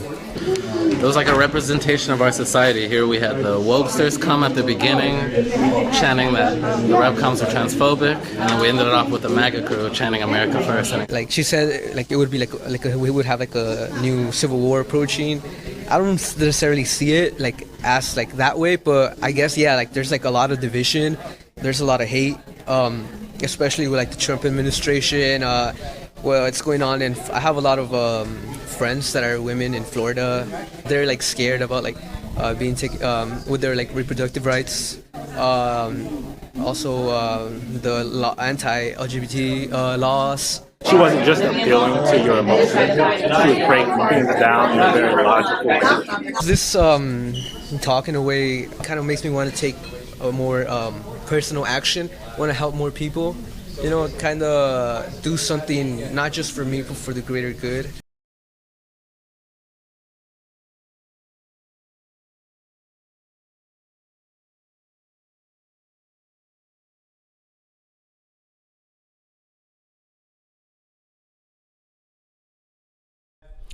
All right, like magic, we appear again, not on Thursday night for the RNL show. Actually, I'm Annie in disguise. You're Annie in disguise? And you're Michelle. No, sorry. Introduce us properly. Okay. All right, so this is going to be the informal part of our show today, okay? Look, I thought those... I am Andy Z. I am the host of the RNL, Revolution Nothing Less show, coming to you every week on Thursday night, and I am joined by the co-host of the RNL, Revolution Nothing Less show, Sansara Taylor. That's right, and we're going to talk about one of the key dimensions of really putting real revolution on the map in 2023 and bringing forward the forces for revolution and repolarizing this society to make this revolution real. And we're going to be asking you to donate to this campaign and also giving you ways to go out to others between this live stream fundraiser and the next one in 3 weeks to gather more people to learn about the revolution as a whole, but this effort that we're talking about in particular, woke lunacy versus real revolution. So that's what we're getting into. You saw a little bit of it at the beginning there. Yeah, well, you took the question I wanted to ask you. I want you to speak about that in a second, but I just want to say to the people watching this that Michelle and Lenny, and then we're going to continue this, are going to do a lot of modeling of how you struggle with people. And the reason we're doing this is it's what the Revcoms need to be doing overall, but it's what everybody needs to do who wants to raise money. And we understand that some people have gone out to raise money off of previous fund drives, and they've had trouble struggling with people when they say, no thanks. Now, you shouldn't waste a lot of time with people who aren't at all serious about it, but a lot of people you know do care. And they could be one to doing this, but you have to struggle with them to get out of the mindsets we're in. So that is what you're doing on a grand scale with the Woke Lunacy versus Real Revolution tour. You know, before, I know you're going to ask me about the tour. So before you do, I also want to say a deep appreciation to everybody who's donated so far in the drive. I know we started today at about $33,305 of our $100,000 goal. And we are now at $43,250. So we've raised almost $10,000 in the live stream so far today. And our goal is today to get to the 50,000 mark, to get to the halfway point of the 100,000 fund drive, which will extend until mid-July. And just to recap, and in case you missed it before, you came on later, and also just because we have to keep this in focus, we're doing 3 fundraising live streams in this effort. We're doing one today to really get us to the $50,000 mark. And then we're coming back in 3 weeks. And we're asking all of you to donate generously today. If you haven't given yet, you need to give. And we'll give you more reasons why as we go forward. But also in these next 3 weeks, And this is what when Andy says, we're going to be modeling how you go and struggle with others to give money. We want you to be joining us in taking this revolution to thousands and tens of thousands of new people and gathering them to donate in the interim and tune in 3 weeks to the next live stream, so we have an even bigger audience and social base and funding base for this revolution, raising funds for this revolution, spreading the word, asking people broadly to give is actually spreading and building the revolution. All right, then I'll come back and talk about some of this a little bit later. It's because we should get to this question of the UCLA program.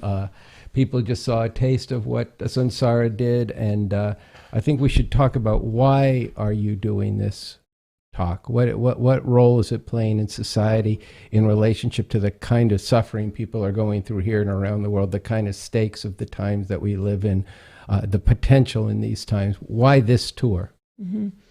The name of the talk and the name of the tour that I've been spearheading and together with the team of RevComs is Woke Lunacy versus Real Revolution. And this question of, look, all day we've been talking about the need for a revolution, the radical overturning of the whole system that we live under, capitalism, imperialism, and the replacing of this system and this society with what's laid out in this Constitution from Bob Avakian, a whole different way that we could live, relate to the planet. It's a very radical and liberating document. So we are fighting for revolution. But right now, among decent people, among young people, among students who are critical, you don't make a revolution without young people and students.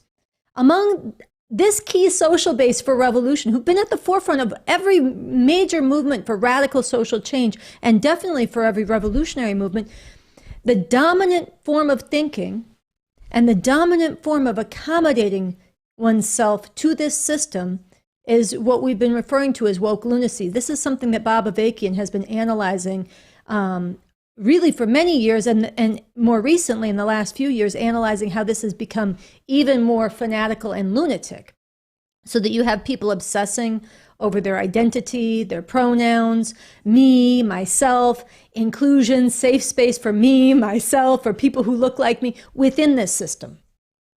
And a complete closing of one's eyes to what this system is doing to the people of the world, to the planet itself, and to people outside your own little niche or corner. And it's got all the individualism, all the American parasitism, all the anti-revolutionary, and really, as we'll get into as we go forward, anti-critical thinking, anti-scientific thinking. What do you call it? Like a straitjacket on the minds of the youth. So we have to crack that if we're going to bring forward the social forces for revolution in this time when it's actually more ripe than it's been in generations.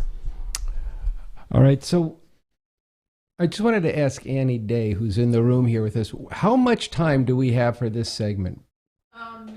You have 25 minutes more. All right, okay. No, it's important. We got 25 minutes. We're going to, because there's a lot to get into around this, what you just said. It provokes a lot of questions. And we know that there's a lot of funding even that goes on for all kinds of things to provide safe enclaves and funding research projects to ascertain, is something favoring, deeply analyze this or that text. And meanwhile, the world is being torn asunder and people are being straitjacketed like this. So I was wondering if you, if you want to talk a little bit more about, how this is actually taking shape for young people that what was we saw a couple of clips there, and but there's somebody came in onto the program and was, just trying to. Yeah, like this, gotcha, but she had no answers. And a big part of your speech was on the scientific approach to reality in opposition to the relativism, to the, I have my reality and you have your reality. And as it turns out, we're both quite warm here in the studio today. There's just one reality in the studio right now in terms of the temperature. We might think some different things about it, experience it differently, but it's just one reality. But why is this so central to developing a people who aren't putting up with the way the world is and who see the problem and solution we face? Well, I think to solve any really significant problem, any complex problem, you need more than what appears on the surface. You need to be able to analyze what is the source of police keep killing people again and again and again and again, especially black people, brown people, and Native American people. Why? You know, there's different theories on that. Some are, oh, well, all the cops are racist. And a lot of them are. Bob Avakian actually did a really profound piece on this where he says, yeah, a lot of them are. And if they weren't, they wouldn't carry out the role of the police. But there's something deeper beneath the surface that's making that institutionally so. There's a system itself beneath the surface you need to penetrate to analyze the system and the structure of capitalism, imperialism, which is what the oppression of black people grew out of. It's what enforces conditions of desperation and impoverishment and criminalization of black people today. This is linked to the whole history of this country, starting in slavery down to today, of exploitation and dehumanization of black people. But it's also linked to the way that this country has stretched its tentacles all over the world to more ruthlessly exploit people all over the world and throw black people in this country out of work in huge numbers. And the police enforce that system. And so they have to enforce the relations of oppression, the relations of exploitation, the white supremacy that's built into the system. You have to look, I'm giving one example, but you have to look beneath the surface to the things that people hate. You need science. And in this example, this young woman came in. I thought it was actually very insightful in the video clips that we played from the students and other people who were in the audience. And the one guy says, in the room, you kind of had, we did this major event at UCLA, you had a microcosm of what's going on in society. You had the MAGA fascists who were there. You had a counter-revolutionary, pathetic little woke mob who came in and tried to disrupt the event, but wouldn't stick around and make an argument. They ran away, spread lies and ran away. And then you had wokesters who weren't all hustlers or counter-revolutionaries, but they're so indoctrinated with the woke outlook that everything is about my experience, my truth, my identity. This is the young woman you're talking about who asked a bunch of questions to me and was doing gotcha. And finally, when I started to answer, she got up and she got mad and she stormed out and she said, "This is bullshit," and stormed out. So I was talking to this, which is not how most people reacted, but I was talking to this filmmaker who was in the audience, and she said, "My God, several generations now have been," and she was speaking specifically of younger people, she said, you know, they've been so indoctrinated with this identity politics, with this woke thought, with the proceeding from myself and my truth, that she had essentialized herself to such a degree, this woman in the audience, and this is typical, to such a degree that she heard my argument and evidence and analysis of what is wrong with wokeism, which is actually Bob Avakian's analysis of what's wrong with wokeism that I was fighting to apply, and the contrast with that and science and revolution, that this person in the audience heard that as an assault on her being and wasn't able to think critically and evaluate it and make an argument. It just felt like it was so personal to her. Right. Well, this is a tremendous straitjacket on people, and and in fact, what she did and what some other disruptors did is they just came and gave everybody the finger, which is a form of canceling. And see, here's the thing. One of the things that you've been promoting this tour is saying we don't need word changing, we need world changing. Yeah. And one of the things, and even in your example that you just gave now, and then we want to move to, I think, another clip, but this is very important, and why you should give to this tour so that it gets far and wide, and why you should give to the RNL show and to Revcom.us and to get the BA interviews out.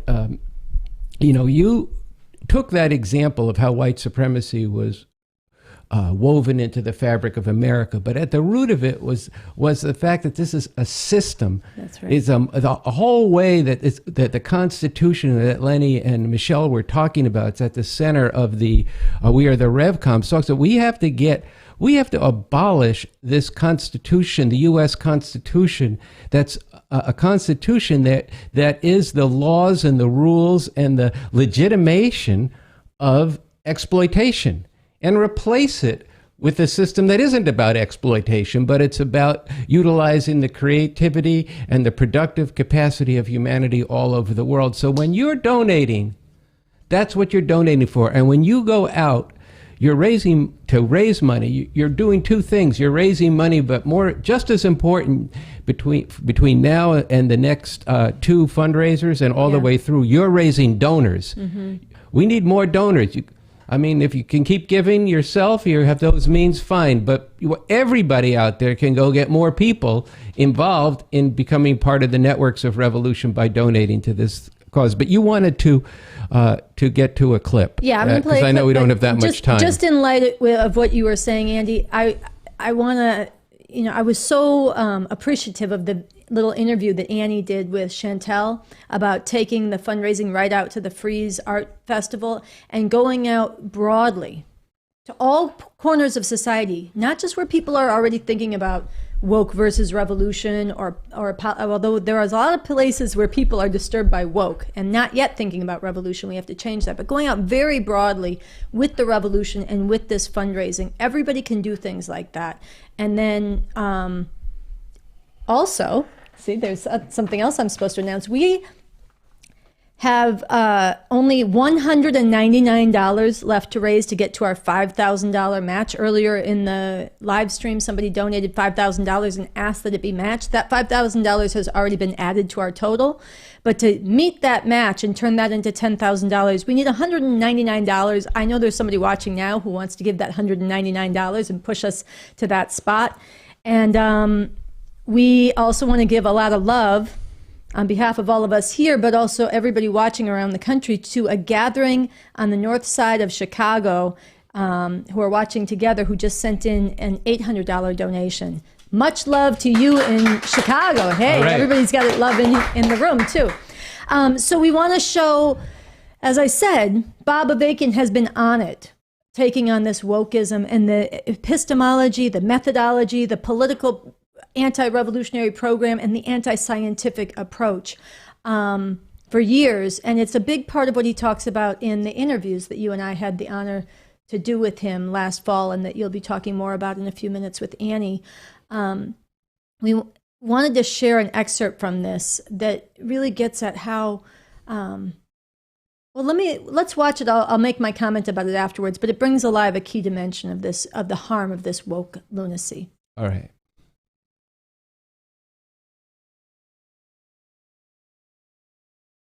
I'll just tell one more story about this. I read in a report that someone said to us about the cancel culture that goes along with all this woke stuff. And I think, look, here's the important thing. The cancel culture is basically based on the notion that people can't change. So you go through someone's life, and if you can find one thing that they did badly, one thing they did wrong, even something really wrong, then that's it for them. They have to be canceled. So you go back, even to somebody's childhood, and sometimes to find something they did. Instead of looking at the whole arc of people's life and what's the main aspect of what their life has been about, and what direction are they moving in? Are they moving in a... Look, I look around and I see people who've done bad things. Well, all of us have done bad things, we want to be honest, but people who become committed, revolutionaries. Veterans of the U.S. military in Vietnam who did horrific things but became revolutionaries. Now, here's the thing. If your outlook is that people can't change, then obviously nothing meaningful can change. Society can't change. The world can't change. If people can't change, if people don't change and can't change, then you can't make any real change. No fundamental change. So then all you can do is scuffle and scramble to see if you can get a better position within what is. But that's the logic of cancel culture. And I remember, this is the last thing I'll say on this, this one guy said, and I read this in a report, as a gay black man, the only power I have is canceling people. Now think about how wrong that is. First of all, think about how this woke shit lowers people's sights. That the most you can think of, the only power you can think you have, is to bring down other people. Now that's obviously wrong in terms of what you're aiming for. And the morality of it and the political content of it is wrong. But it's also wrong in terms of that is not the only power you have. As an individual, you don't have much power, but as part of a growing revolutionary movement, then your power is magnified, and it's no longer your power. It's the power of the collective force of people, not automatons, real, living, breathing people who are striving together and struggling with each other over how to actually eliminate everything that makes you say, in the first place, the only power I have as a gay black man is to cancel other people. Let's cancel the whole system, and then let's emancipate people to have humanity on a whole other level. And that's the real power you have as part of that.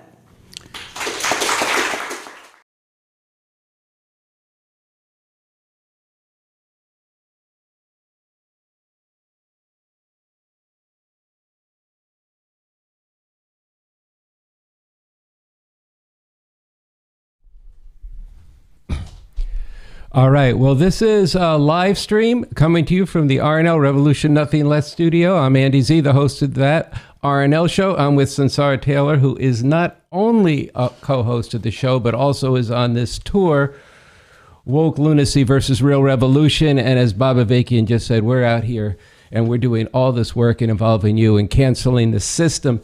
And we're making progress in this fund drive. Now, I just want to say two things before turning it over to Sansara.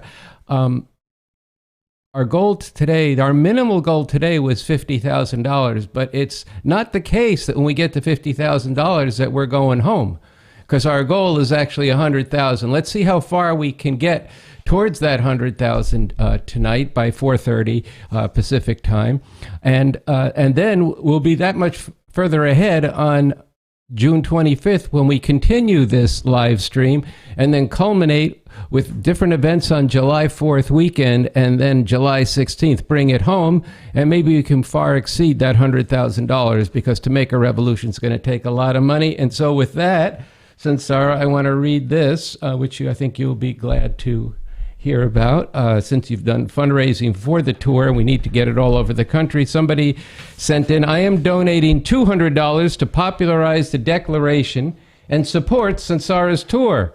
Sansara's talk at UCLA and the Q&A that has been released is so inspiring. What makes it so is the way she applies BA's approach and method in dealing with the challenges that the revolution confronts. That approach is to premise everything on what is necessary for humanity to achieve emancipation, and on that basis speak to the questions that people have. Never going low and personal, but always keeping the level on a high plane. This is an extremely principled approach, even when under attack. Comes from keeping the people of the world at heart, including the possibility that those hung up on all kinds of wrong thinking can transform themselves. The proclamation in Sansara's tour has such huge potential to help change the terms of what is. I'm actually very moved by that statement, and I want to really appreciate the person who took the time to write it and share those words and to donate. And I'm very happy to say, as you did, that we're about $5,324 away from meeting our minimum goal for the day. That was good arithmetic. Thank you. I always make you do time zones. I'm terrible at, right, but okay. I can add, I can subtract. So we have to, we really need to make this goal together today. If you are watching and you haven't given yet, or you have and you can give a little more, please do. And then work with us over the next 3 weeks to spread this everywhere and bring more people in to donate so that we grow this revolution at the same time we're funding the revolution. I want to read this other statement, which I think should help us make it to our goal. This is somebody in the Revolution Club in Chicago who says, I'm donating $200 to the fundraiser because the suffering humanity goes through is unnecessary, and through revolution, a better world is possible. I call on 5 others to donate $200 as well. And so if that happens, then we'll have $1,000 more. So take inspiration from the challenge from a viewer in Chicago in the Revolution Club there. Give what you can. 5 of you, I'm asking you to give $500 in the next 10 minutes would be really good. And what we want to do now is share a little further feel of what it was like in the room in UCLA.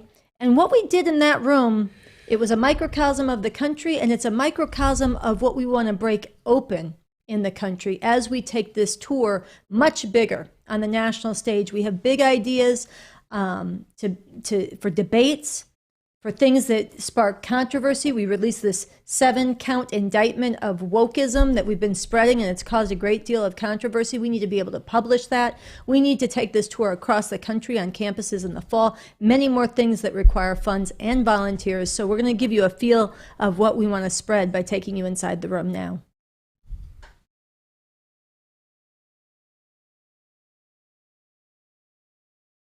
Question is, why do you think wokeism, whatever you want to call it, became the dominant way of thinking about these issues compared to, something else? Was it just luck, or was there something inevitable about, wokeism that, was there something inherent in wokeism that kind of just made it inevitable? I think it was neither total accident nor was it inevitable. But I think there are at least two, maybe three, or maybe two major reasons I could point to.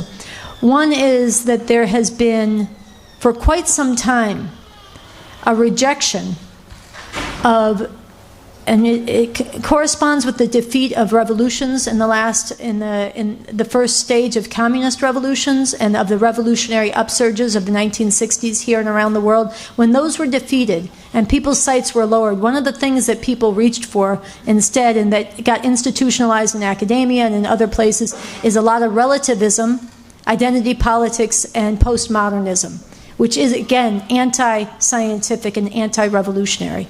And this got, somebody shouted out, and I don't know where they're coming from, that they said it got institutional backing. It did.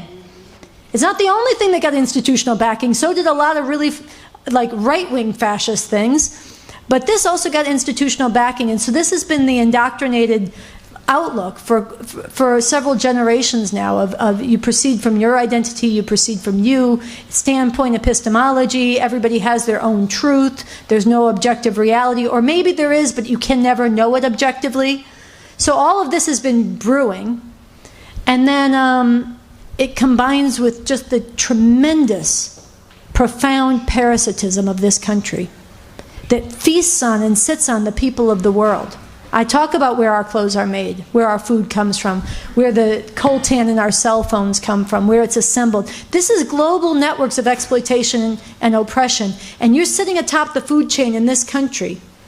And you might care, and you might want to do something about it, but you're pretty comfortable, and doing something about it means you have to go up against real things. You have to struggle, you have to sacrifice, you have to put it on the line.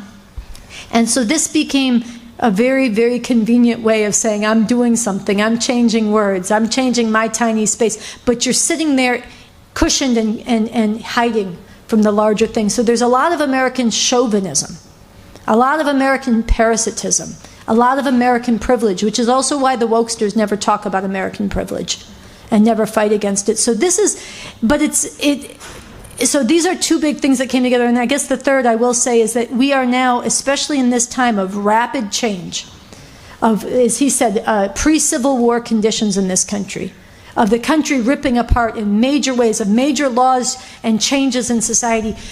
The fascists are armed to the teeth and preparing for and hungering for a civil war and a purge of all those that they deem subhuman. Black people, immigrants, women who are uppity, LGBT people, trans people, they're speaking in genocidal terms, and they're deadly serious. And in the face of that, there's an even greater freak out among the decent, when they don't have the scientific tools they need, and they don't know that there is actually a different way the world could be. They don't know about the revolutionary way out. They don't know about the new society that's possible. They don't know about the revolutionary leader Bob Avakian, who spent 50 years forging this science and putting himself to figuring out how we could actually win a revolution, what we would replace this with, learning from the past struggles to do better, including the approach to science. And so they don't know this, so they are even more freaking out and getting this, I described the dynamic where the more that the fascists lash out, the more the wokesters freak out and get more and more fanatical, and the decent people get silent in the middle. But we have to change that.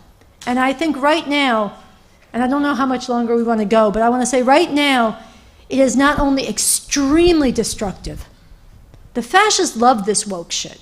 They love the way the decent people are cannibalizing each other and are soft prey, easy kill.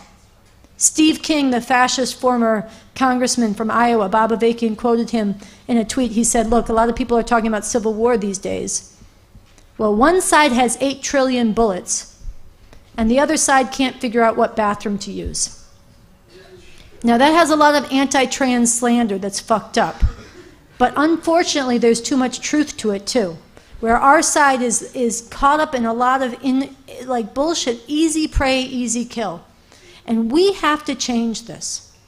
We have to change this rapidly. And I believe not only is there heightened need, but in this time of great convulsive change, when a lot of questions are being forced upon people, we have the opportunity to change this rapidly. And that's what we're trying to do with this speaking tour. We're trying to take it on head on, not just on this campus and then another campus and then another campus. We want this to become a poll in society for all the people who feel sad on and who really want to know a way out. And we want to fight to spread this tour, to spread the news of this revolution, to spread, this is a whole breakdown of what the revolution's about and the mechanism for making it. And on the back it has these resources. This needs to get out by the millions, and everybody here needs to play a role in it. Learning, spreading it. It says, watch the interviews we did with Bob Avakian. You've never seen a revolutionary leader like this. The heart, the humanity, the humor, the hardcore determination to make a revolution, the farsightedness, the vision. This is an incredible interview. Watch it. It says about who he is. Get with the Revolution Club. It has connecting material. This, we have to take this everywhere, and we have to take this tour everywhere, because there's a moment where when the rulers are divided, we could actually have a go at bringing forward the people to bring this system down. And so that's, you asked about wokeism and what led to it, and I'm describing that, but I'm also saying the very conditions that led wokeism to go kind of out of control, hysterical right now, both require and make possible, those same conditions make possible this revolution growing in a out of control way too, but only if we fight for it now. So that's my challenge to everybody here.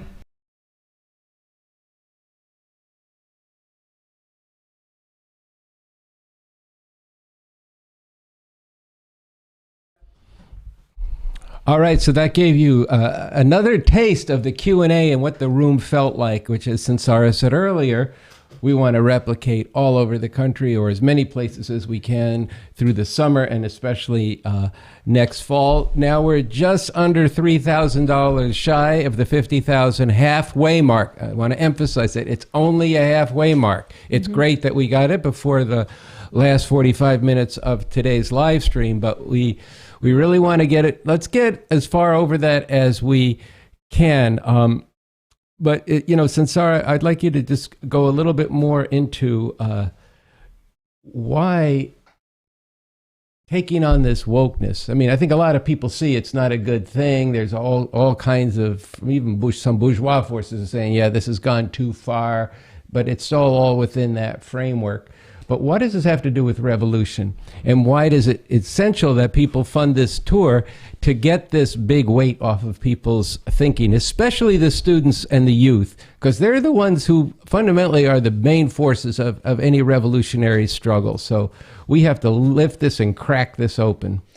You know, the reason we chose that excerpt from the Q&A, and like you said, we'll be playing more of the question and answer from that program over the next few weeks on the Revolution Nothing Less show. But the reason we chose that one for this live stream is because I do explain some of what's given rise to this woke phenomenon. And Bob Avakian has made an analysis of how the rise of fascism and fascist terror and lunacy and just the ripping up of the norms of this country and the horrors have actually reinforced and fueled this wokeism, the freak out among a section of people who do care but don't have a scientific approach, don't know the revolutionary way out, and aren't organized and fighting for that now. And the more that the wokeism emerges and gets more and more fanatical in the face of society being ripped apart and convulsive changes, the more the fascist seize on that to trample every just cry for justice, and more decent people in the middle are silenced. And so what we saw in the room there was actually breaking through that with revolution and a scientific approach. And people were relating to that. People were, it was circulating in their minds. It was calling for the best side of those who care. It was getting them thinking critically. It was breaking people out of a lot of the indoctrination. And it was putting other things more on the defensive, or at least clarifying for people to see, oh, this is where this leads, that's where that leads. And that process needs to go on in society as a whole. It is one of the big things that quite a few people have asked us as we've taken this up, is they say, well, do you really want to take on wokeism? Because a lot of good people are going to think they kind of are into that. And it's precisely why we want to take it on, because where people are at is going along with horrors at a time when we have the chance to make a revolution. So we precisely need to go against the tide. We need to crack that hold of this, the mental, intellectual straitjacket, the moral straitjacket on them that is this wokeism, and break them out of it to win them to revolution. Revolution is about going against the tide when the tide is wrong, to lift people's sights, like you saw from Bob Avakian, about lifting people's sights to canceling the whole system, to a whole different way that we could live and relate to the planet and relate to each other. And we have to bring that to people, and we have to bring it across society. So that's what we're doing. We saw a microcosm there, and we need to do it. And also in that clip, I end it by saying, and I think this is profoundly true, and it's something I've gotten a much deeper understanding of as I've really steeped myself in the analysis that Bob Avakian has made of this, and as I've gone out to fight for it and apply it, is that as the world, as society, as the norms are being ripped apart, as people are living through shocks and jolts, the banning of abortion, assault on LGBTQ people, the threat of nuclear annihilation, environmental catastrophe, all of this is happening. It's forcing people to question. And it's a time where if we get out there in a big way, no holds barred, not, cloaking it, soft soaping it, but really as sharply as we can, this revolution can make leaps and bounds in a time like this. And going up against what's holding people back and fighting like hell to win them to a real revolution, this could grow in a rapid way right now. That needs to be funded. Everybody here needs to be part of giving right now and going out and spreading the word about this. And I want to put a specific call for the next 3 weeks. Beyond that, but for the next 3 weeks between this live stream and the next fundraising live stream, professors all over the country, professors are telling us they're intimidated. They're afraid that they're going to be canceled in front of their classes. A lot of them say, we're with you. We're glad you're taking this on, but we don't want you coming in my class to make an announcement. I'm glad you're doing it, but I'm scared. Okay, we have to take this. Those professors need to get their courage up, but if they're not ready to do it themselves, they should fund those who are. We need to take this to professors. We need to take it to theaters. Theaters are being ripped apart all across this country over this woke hustler identity politics. People are being fired. People are, theaters are, you could read about it. I read about it all the time. Museums, artwork. These debates over wokeism are raging. And a lot of people grumble about it. A lot of people hate it, but we're daring to take it on, and we're answering it with something profoundly liberating. And so this has got to be, I have a fundraising letter on revcom.us that I want to call on everybody. After you donate today, download that letter and take it out to complete strangers, take it to theaters, take it to museums, take it to academic conferences, take it where people are thinking and trying to understand what's happening. And you will be surprised the conversations you open up and the donors that you find, and the people then have them come watch the talk. They'll learn. Yeah, they should watch the talk online. They should watch the RNL show where we've talked about it. But it matters for people to be in the room and hear Sansara and Rafael Caderas deliver this.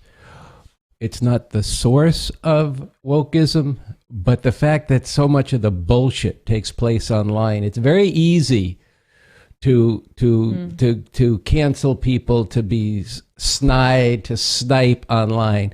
But when you're in the room, it's a different thing. Plus, we really do have to get to something very important you said today, and this is what your money is actually going towards here in terms of getting this tour in front of lots of people.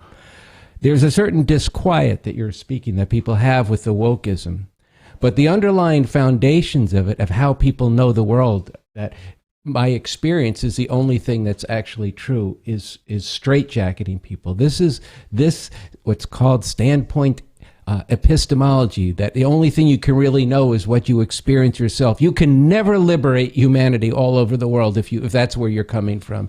So you guys are getting to the root of and juxtaposing identity politics and intersectionality up against a scientific approach to problem and solution. And this matters a great deal for whether or not there's a revolution. And yes, you're right. It's modeled by Bob Avakian. He's developed a much more scientific way to understand, to know, and to change the world. Annie and I are going to get into that in just a few moments. But funding this tour is very important. It was electrifying to be in the room with you, and not just in the studio with you, but in a room with 125 people. It's something else. So look, the last RNL show, we showed a little bit of the Q&A. This next show, we're going to show a lot of it, because I felt it's a really important show on the Ukraine and other things and on this, but I really felt that people need to get more of the texture of that. So we're going to show a bit more in the next show. So Sansara, thank you for being part of the live stream. And I want to thank the people who just gave. A few more people just gave. We are a little more than $2,000 to go to get our minimum goal. So let's go way over it. Let's really get as much momentum as possible. I want to thank you for everybody here, everybody who's donated, and I'll see you in the studio for the next show this week. Yeah. oh yeah, we got Annie helping us out. Yeah, we got so excited. We got a great video from two members of the Revolution Club who came out from the Midwest to be in the house in the event that we did at UCLA. And to organize for it. And this was the culmination of other speaking events and a whole campaign we're doing. And an audio statement from a club member from another part of the country who also came in for it. So we'll play those now.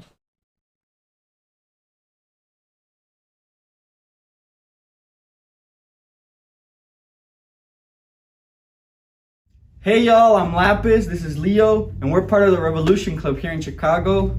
We want to thank everyone for joining us on this live stream. If you're here for the same reason we're here, you're someone who can't stand the way the world is now and is sick and tired of people being degraded and dehumanized everywhere. And you're daring to act together with all of us for something bigger than just yourself, to ensure that the future of humanity is emancipatory and not something terrible. You know, change is coming. Radical change is coming, one way or the other. And what people do now and moving forward, all of us watching this now, and all of us who will watch it later, included, will have a direct impact on which future lies ahead for humanity. You know, due to this generous contribution by the supporter whom you just heard from, by way of flight miles, Lapis and I were able to join comrades in LA to be on the forefront of taking on this woke lunacy and planting a revolutionary pole in society. This contribution allowed us to experience firsthand what it means to be a strategic commander, a follower of BA, and opened up the process for us, along with others here in Chicago, to break with some unscientific approaches that we've been bogged up in, which in turn serves humanity positively and strengthens our overall collective nationwide ability to put revolution on the map this year in 2023.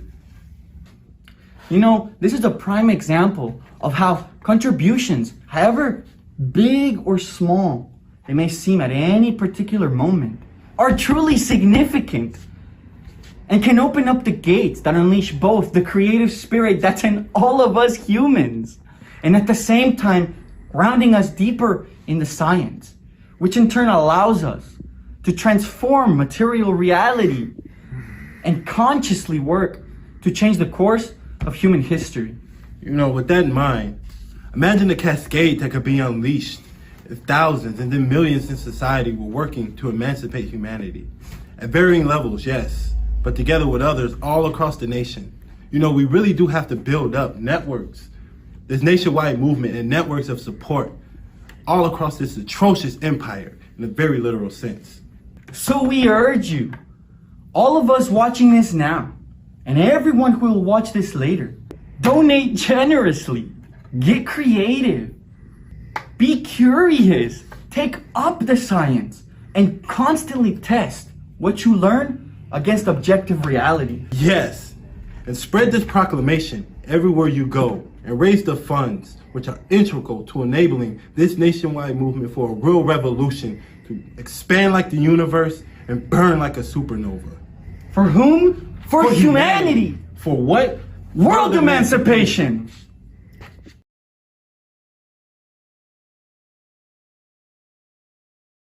Down this barrier and drawing forward this much needed section.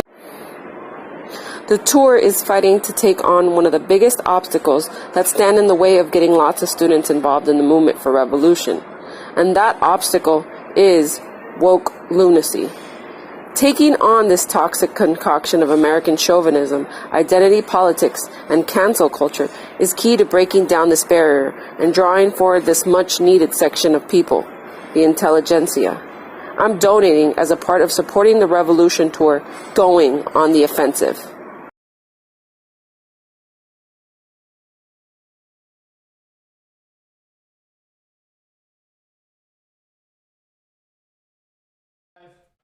Okay, so I'm back. This is Annie Day, and in the studio of the RNL Revolution Nothing Less show, in the middle of a major fund drive to raise $100,000 to put this revolution on the map. And here today, we're aiming to make our way halfway toward that goal of up to and or beyond $50,000. We've got almost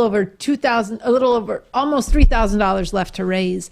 And we're going to be tuning in again in 3 weeks from now so that everybody watching this can spend the next 3 weeks focused on raising funds, raising viewers, going out very, very, very widely in society. And what we're trying to do here today is both inspire, involve, knit together a whole movement for an actual revolution, but also give people who are watching the arguments, the understanding needed to go out and build for this next live stream and the one after. And I think it was announced a couple times, but I'll say it again. Stay tuned to the RNL Revolution Nothing Less show to hear big plans for July 4th, a blood-soaked holiday celebrating the birth of this country, which we aim to tear down through an actual revolution. So I am going to read a couple statements from you all, because it is a national movement for revolution. I just want to say that we just heard an audio statement from someone who donated. Thank you to that donor. And we watched a statement from the two comrades who are out here in Los Angeles building for the Sansara Taylor tour that Andy and Sansara were just talking about. And just to repeat again, they were able to come to Los Angeles at the very last minute because someone generously donated airline miles. And I can tell you that with the plans we've got coming up, we need a lot more airline miles donated. So if you're watching and you can make that contribution, or you know someone who can, call the number on your screen. Okay, so I want to just read a couple things. One, earlier we got over $1,000 from Revcoms, who raised funds from the Bay Area, and they got this from store owners from the mission, used book sales, and funds raised while distributing the proclamation, "We are the Revcoms." Here's a donor statement from someone in Houston. They said, "The revolution will need to involve many, many people. Getting the many, many people will require organizing and struggle to get them convinced that there is hope and that this is possible. This will involve a cycle of raising money to organize this struggle, who will then contribute and help organize to win more people until the real revolution is possible. The first round of organizing has happened. They are the Revcoms, and they need money to continue organizing, and that is where we come into play. So give money, give talent, and join." And they ended with this: to conjugate, singular I give, I gave, I have given. Plural is needed. We give, we gave, we have given. This will lead to the change in Caesar's dictum: we come, we see, we conquer. So thank you for that. That was actually from a longer statement. You can read the full one on revcom.us. Someone wrote during this live stream I've really been appreciating the point about the ask for donations, opening up the debate and dialogue, and I've been doing this backwards. So I think that's an important lesson to draw. And we'll talk more about that in a minute when we bring on Andy Z, and he and I are going to talk more about the interviews with the revolutionary leader, Bob Avakian. I want to read a statement from someone from Hawaii who donated $600. And I want to add that while this live stream was happening, they raised over $1,000. So thank you for those donors, and stay tuned in. So this is an excerpt of a moving statement from someone who donated $600. And they said, I'm making this contribution in memory of Gwen Kim, a courageous warrior who never gave up on her dream of revolution and a world free of oppression. Coming to political life in the late 60s, Gwen was strongly influenced by the revolutionary leader Mao Zedong and the revolution in China, and was an early supporter of the Revolutionary Communist Party, which continued until her death last week. While involved in local struggles, she exposed the workings of capitalism, imperialism in everyday language to the masses of people that she worked with, and she linked struggles here to the struggles of the oppressed around the world. Gwen was inspired by the works of Bob Avakian, following them in the Revolutionary Worker and then at Revcom.us and Revolution newspaper. And she identified herself as an aspiring communist. While she was on a fixed income, she traveled to the continent to hear Avakian's historic speech in 2003, Revolution, Why It's Necessary, Why It's Possible, and What It's All About, and also his dialogue with Cornel West in Riverside Church. Those who attended the dialogue will remember Gwen turning to a group of hecklers in the audience who interrupted BA while speaking and loudly and boldly told them she had traveled all the way from Hawaii to hear BA speak and to please be quiet and show some respect. When I last visited Gwen shortly before her death, she recalled participating in a watch party for the December fundraiser last year, and shared that while her time with us would shortly be over, she was especially moved by the young Revcom leaders and the importance of the RNL Revolution Nothing Less show to bring BA's vision of communism to people more broadly, both here and around the world. She ended by saying that her life had been a fabled journey, had been better than she could have dreamed of, and that she was happy that she was leaving the fight for revolution in good hands. Gwen Kim truly lived a life worth living. And I invite everyone, those who knew Gwen and those who share her dream of revolution and a better world, to join me in contributing to this fundraiser to really put revolution on the map. So thank you for that very moving statement. Like I said, the full one will be on revcom.us, and we take those words to heart and very seriously in terms of the mission that we're on for humanity. So we're going to play a quick trailer that was made by the crew of the RNL show about the interviews with the revolutionary leader Bob Avakian, and we'll come back and you'll hear from Andy Z.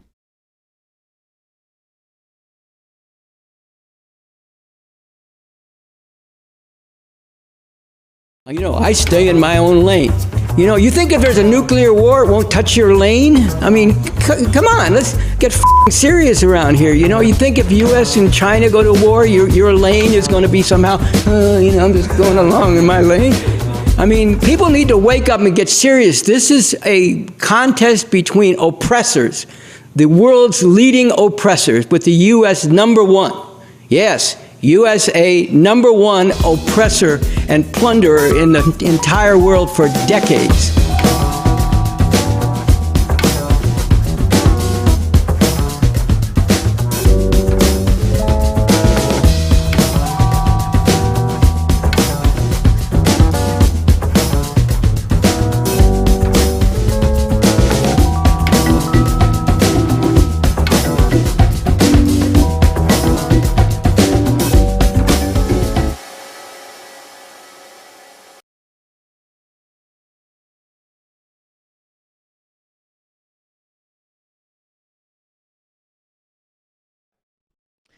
Okay, welcome back, Andy. All right, well, I'm glad to be back. I want to see that 47,805 go to 50,000 and then go beyond that. So, but I will say, while we were sitting here, it went up 500. So thank you to all the peoples who gave in the in between time, and let's keep it up. The peoples. Okay, okay. Well, I imagine it was more than one. More than one people. I'm a people. Okay, let's go. Okay, so we just saw, Andy, we just saw a very short segment of the interview with Bob Avakian, and you did a 3-part interview with him last fall. And the title of it is A Leader for a Time When the Future Hangs in the Balance. Bob Avakian, Heart and Soul and Hardcore for Revolution. And, I think for those of us who've seen that interview, really wanted to know, what was it like to interview Bob Avakian? Well, it was a rare experience. It's not something we've got to do that often, and for good reason. But it really was incredible. I will answer your question, and probably in some depth. But I just have to say that just recently I watched all of the third interview, and it's, I don't know, an hour and 20 minutes or something. It just flew by. It is so coherent as an entire thing. And then if you watch all three together, this is a whole different way you're going to feel about the world and what's possible. I know that sounds like hyperbole, but trust me in this one, or don't trust me and watch it for yourself and see what you think. But to answer your question, what was it like? Let me put it this way. You can tell a lot about a movement or an organization by the quality of its leader and its leadership. And what I experienced in doing this, and I think what the audience experienced, is in the title, The Tremendous Heart and Soul of Bob Avakian. This is somebody who really deeply feels and understands what people go through. And I'm going to get to how he understands that this is unnecessary what they go through. He has a profound curiosity and breadth. I mean, just you listen to the stories in this and you just feel this. And a lot of people were surprised to see he's this way. I was not surprised about this, but I was like elated just listening to this and taking it in, and then having to remember what I wanted to ask him, just because there was just everything he said occasioned another question. But he's somebody who's always sought to understand. I would really also commend you to read his memoir, From Ike to Mao and Beyond. He just has a profound curiosity. Now, and he also learned how to, as a young person, how to ask questions. His father was a progressive lawyer and then a progressive judge. Okay, there's contradictions there, and he speaks to those in his memoirs. I think he speaks to it in an interview as well, But he's relentless in trying to get to the root of whatever problem he's confronting or humanity's confronting. And this is the root of science, is to be able to look at reality as it actually is, to look at the widest scope of reality. And Bob Avakian, we say this a lot, but it's a very profound statement. He's put the science of communism on a qualitatively more scientific footing. And it wasn't a dry lecture that you got when you watched this interviews. It was just full of the life and the experience of the masses, but also the deep understanding that all of this just comes from the system, a mode of how things get produced in society, and the governments and the armed forces that enforce that. It was hardcore for revolution with tremendous heart and soul. He's just, this is on our website. It's actually worth reading this to people. He's completely different than the endless stream of bourgeois politicians who are put forward as leaders, whose goal is to maintain one variation or another of this system of capitalism, imperialism, that is founded on and perpetuates itself through cruel and literally life-stealing exploitation, murderous oppression, and massive destruction in all parts of the world. There's no other leader like this. Let's be real about that. This is not some bullshit that getting in on the looting of the world, as Bernie Sanders puts forward, or AOC. And too many people here are giving their money to this. What does Bernie say? It's time to make our government work for all of us, not just the 1%. Our government? Yeah, it is your government, Bernie, but it's not a government that should be anybody's desire to make work better. And this whole look, we don't have the time now to go into all that's wrong with this, but people have to stop putting your money into this bourgeois electoral bullshit and put it into the revolution. because these people have no answers. You want to know what? We put this on the show, I believe. AOC, Alexandria, she went and hosted a meeting to recruit for the military. That's doing what? Waging war right now in supplying intelligence. See, they are waging war. They're supplying the intelligence and the munitions and the training. They're not putting their soldiers on the field quite yet. They're using the Ukraine people as cannon fodder. But these people are out to for only one thing, which is empire and the U.S. imperialism. All of this comes through. You asked me what was it like to interview. It was wide-ranging. It came to this. And I just want to say, you see these interviews, and then it does makes very real to you what we began today's live stream with. We are the Revcoms. We are working for a real revolution. And here's the part I want to, and a whole new emancipating way to live. And that's what you get from these interviews: the heart, the soul, the passion, and the science, and the hardcore for revolution. And I want to get into that some in this segment here, and through showing little bits of the interviews, because this is what humanity needs. And seeing Bob Avakian, he's going to deliver these messages, this understanding in ways that are extraordinary. And by the way, this is very important. You want to know how to go out and fundraise? Watch the interviews. Watch how he talks about the questions that Sansara and I ask him. The questions we ask him are the questions that we know exist out there. And so this is you want to, as hard as we're working today to give you some orientation and training to go out and fundraising, it won't hold a candle to what you get from watching these interviews. Yeah, I think that's right, and we're gonna play a segment in just a second, exactly on this last point you made on a whole different system and what that looks like and could mean.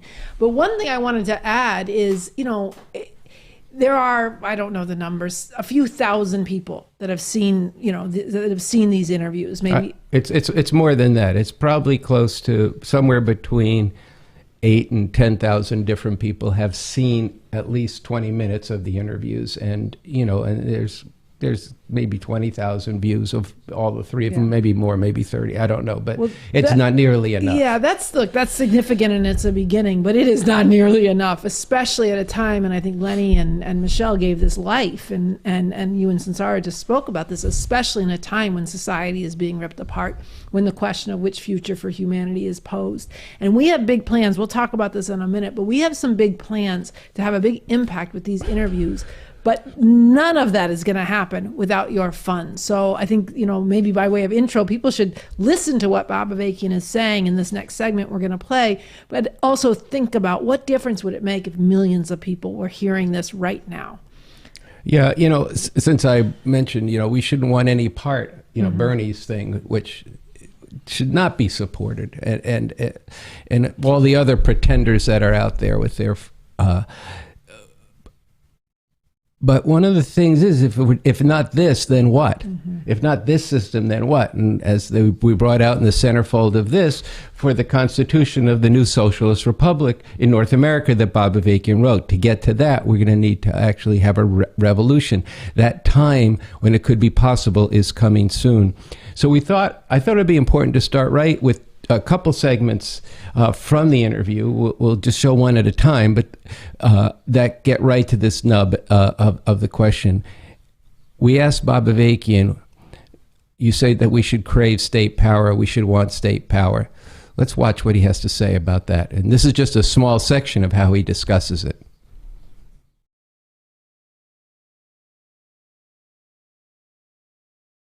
Yes, I want us to have state power, not the three of us sitting here, but the masses of people who've risen up to make a revolution so that they can carry through what they fought for in that revolution. And yes, so that they can actually back up the masses of people in carrying out those transformations and prevent anyone from actually overthrowing the system that exists and re-enslaving the masses of people. So, this is why state power, socialist state power, is a great thing to have. And it's something we should, everyone who wants to see a more just world should be hungering for this state power, not worrying about what it'll be like. Yeah, there needs to be a struggle over what it's going to be like, and that will be an ongoing struggle. But we should be primarily hungering for that state power, because that's the power that will enable these transformations I'm talking about. Now, to be clear, since I said it will prevent people from overthrowing the socialist system, that doesn't mean that there won't be allowance for dissent. Doesn't mean that we don't need a lot of intellectual and cultural ferment. We do. That's all embodied in the Constitution for the new socialist republic in North America.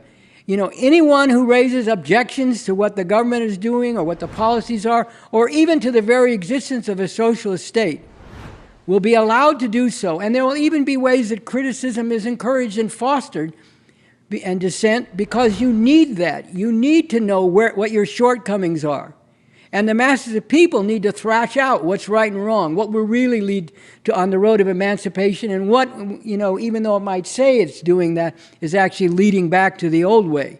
So, there'll be a flourishing and even a promotion of dissent. By that I mean even in the, in the arts and the media and so on, provision made for people to have a vehicle to criticize and raise dissent, even while people who try to violently overthrow the new socialist system will be prevented from doing so. Oh, well, you're just like the people in power now. That's what they say. You can dissent as long as you don't try to seriously challenge them. Well, no, we're not just like them. For one thing, they don't encourage and promote dissent.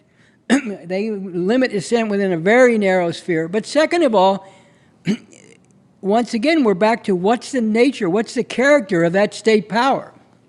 And the reason we're not like them is because what the state power is for, what it concretely does, what it supports the masses of people in doing, what philosophy or ideology, what program, what politics, what social relations it's all embodying and promoting, which are the complete and direct opposite of what exists under this system. So no, we're not just like them at all. We're radically different.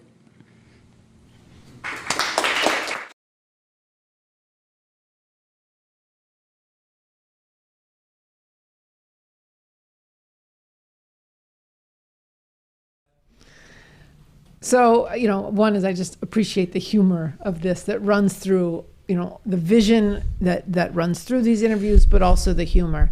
And, for there to be a real state power, a radically different state power for real, is going to require funds. It's going to require funds now for this movement for revolution to be known to millions, for the leadership we have to be known to millions.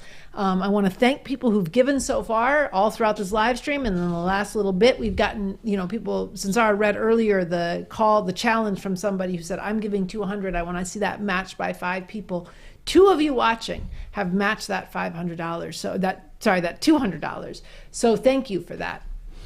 All right, but now we're at 48,186. That's good, but we need to get in the next 10 minutes. I want us to get to that $50,000 goal.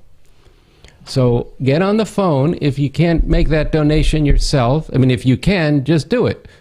You'll feel much better for it. It'll make a great night for you and for all of us and for the people who need this most of all, this revolution. But if you don't have it, then get on the phone and talk with some people. Now, I want to go a little bit further into the interviews with another brief clip. So we just played Why Should We Crave State Power? But look, you go out with this, you take this out to your friends, and whether they say it or not, in the back of their head is, oh, this is a communist dictatorship. Oh, it's in their bloodstream because people have been brainwashed. Yes, brainwashed and propagandized from the time they're little, and unrelenting from the media, even from progressive media. Go to revcom.us and read a recent article by Raymond Latta on Pamela Paul just going out attacking a previous socialist experience with actually no evidence to back it up. It's just everybody knows. They don't know. That's the problem. And Bob Avakian has summed this up. But I want to play a short clip here. We asked him about that scary word, dictatorship. and democracy, and that get posed against each other in ways that actually are not scientific, not objectively what the content of that is. So let's go watch this right now. It's a short clip, but I think it's an important way, because you go out there with this and people say this and they don't say it. You have this on your phone, you have and you show them this and say, look, that's the truth of the matter. And now let's talk seriously about, you're going to go along with what's going on, this war in Ukraine, the devastation of the environment, the continued shooting of black and brown people by the police, what's happening to immigrants, what's happening to women, you and LGBTQ, you for that? Because if you're not, you need a revolution, you need a new state power, and yes, it's going to be a qualitatively different dictatorship than the one you're living under now, and you are living under one. So let's watch Bob Avakian.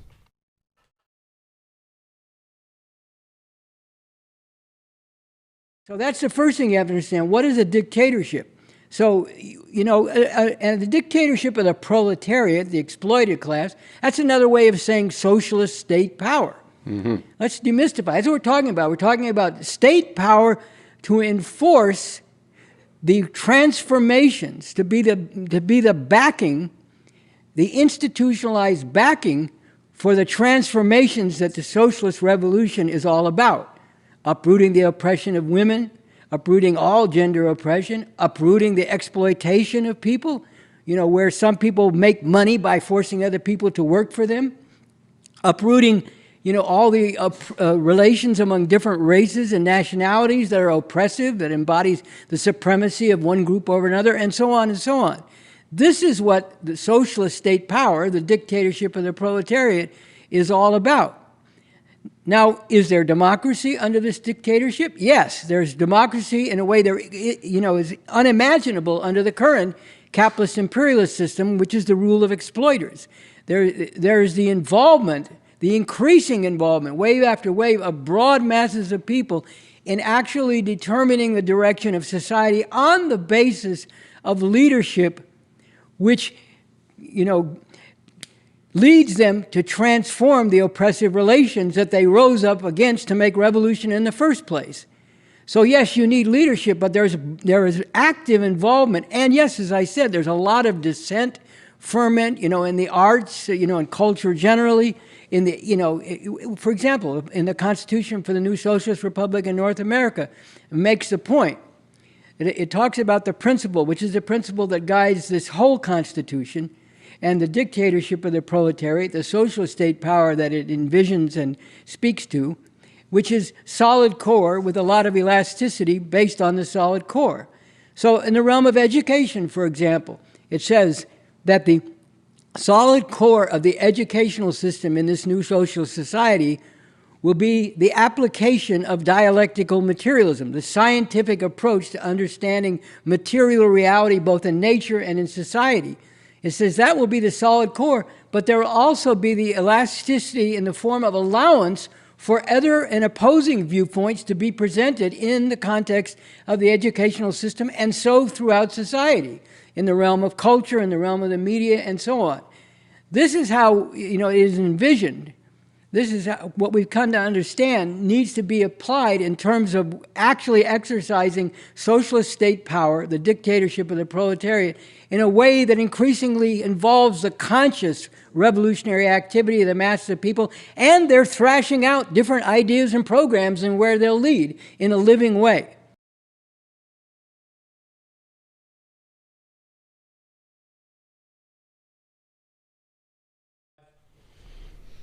All right. People need to hear that. You wanted to respond. Well, we're running out of time in two ways. We were going to end at about 4:30 Pacific time, 7:30 Eastern time, and not go till we got our full goal. But I'm feeling like we're too close. It's just, even though I advocated, let's just cut it short. Come on, can't we? It's less than $2,000. We got a few more $200 donations to go. It's going to get us there. And we have a few more things we want to bring to you just on these BA interviews. So I want to take maybe another 8 to 10 minutes. And that, if you do this at about, $200 a minute, we'll get there. Okay, so... So like rapid fire, that's the point. Yeah.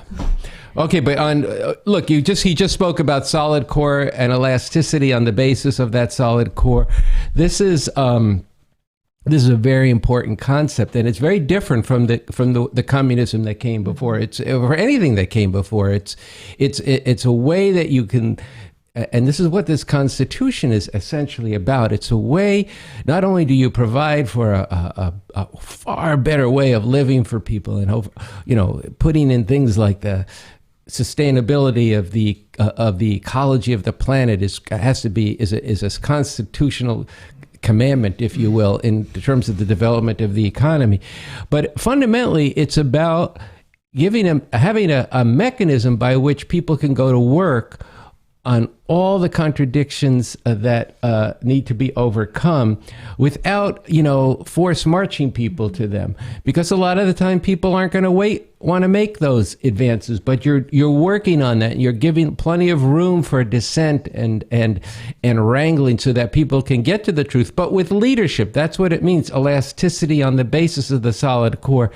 And, in the interview, we asked Bob Avakian about something he speaks of often, about the importance of having a generosity of spirit and a largeness of mind. And given the time we have left, we're just going to play part of that on generosity of spirit. Well, I want to interrupt real quick, and then I'll go to that. Go ahead. Say just a couple things. One, we are at $48,182, and as Andy said, $200 a minute. Can we do that? Call the people text them, tell them to tune in for this last 15 minutes or so, and tell them to give generously. Now is the time. And I think I want to read a statement, and I want to make one point. So we've gotten a couple of things that have come in. One person said, I'm giving $100 as a key part of building up the forces to emancipate humanity. Someone earlier said, this is for the $5,000 match to bring it over the top. It's important that this woke lunacy be taken on and defeated. People are telling us about funds that they collected at the Cleveland Pride Festival, $186, $60 earlier this morning at the West Hollywood Pride Festival. People going out all over to raise funds. And then this came in and it said they were giving $500 from a longtime revolutionary who now can see that because of the work that Bob Avakian has done, that there is a way out. We could be in a time, they said, when there could be a real revolution. What would you give for that? And I would like to earmark $100 for the tour that Sansara Taylor's on, taking on this woke lunacy. So those are just a few of the statements that have come in. And I think that question, what would you give for that? Just one thing, Andy, you said earlier that this question of dictatorship democracy comes up and, people don't want to go there.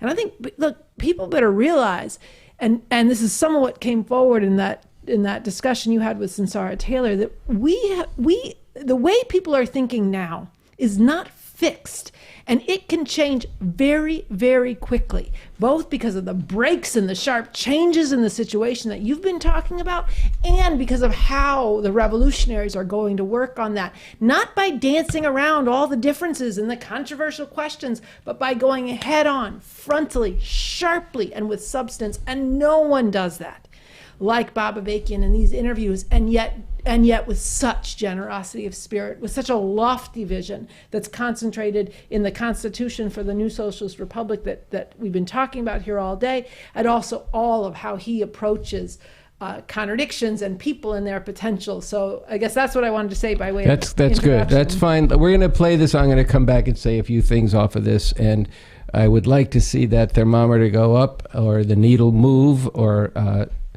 the numbers change in a positive direction. Okay, a positive direction. Okay, so let's go to a brief part of his speaking to the question of what he means by and what's involved in generosity of spirit.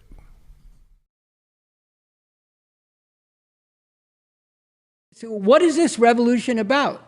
Why should we have generosity of spirit? Because we're emancipators of humanity. We're not about, settling scores.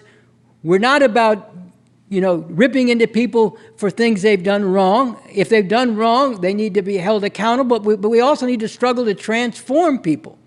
That's what this revolution is about. And The generosity of spirit flows from that. If you understand that we're seeking to uproot, it both flows from it and is necessary to reinforce it. But let me put it that way. If you understand that what we're out to do is to uproot all this exploitation and oppression, then you should have a largeness of mind, including learning from everything you can learn and everyone you can learn from, but also a generosity of spirit, recognizing that people, contrary to what's often said these days, people can and do change. I can sit here and give you examples of multiple people that I know, including myself for that matter, but other people I know from the 60s and so on and since, who've undergone major transformation, major changes, people who are into really bad shit, you know, are supporting really bad things. People who were Goldwater supporters back in the 1960s who became radicals and revolutionaries through the course of the 60s. Soldiers who, you know, in Vietnam committed terrible atrocities, as I've said before. You know, go down the line. People can transform. And one of the dimensions of generosity of spirit is recognizing that. And then, okay, it's perfectly consistent with that, and in fact an expression of it, that you're going to struggle like hell with people to get them to transform, exactly because you do recognize that they can and that they need to. You're not going to be liberal. It doesn't do any good to be liberal with people. People don't need any more social workers.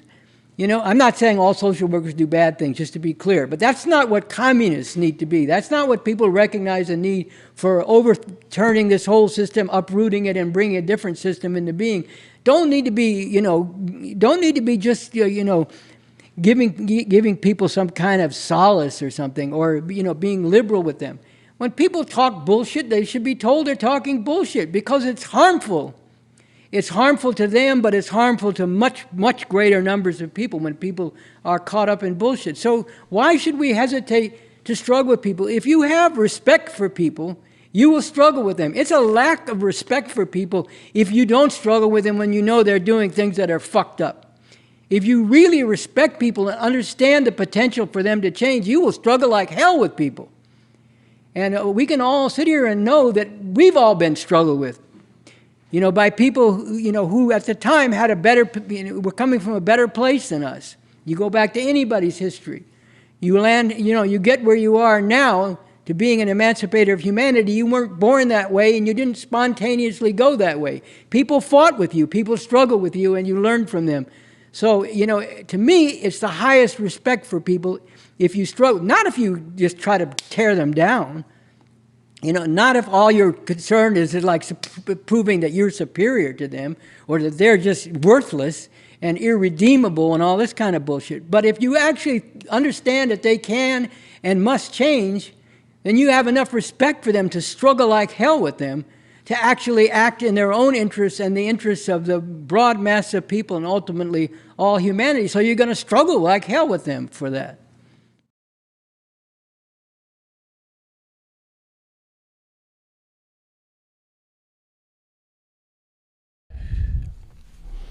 All right, Annie. So, well, that's our charge. I mean, if you see the potential, then you got to struggle like hell with people. And he models that all throughout these interviews with so much substance and clarity and urgency.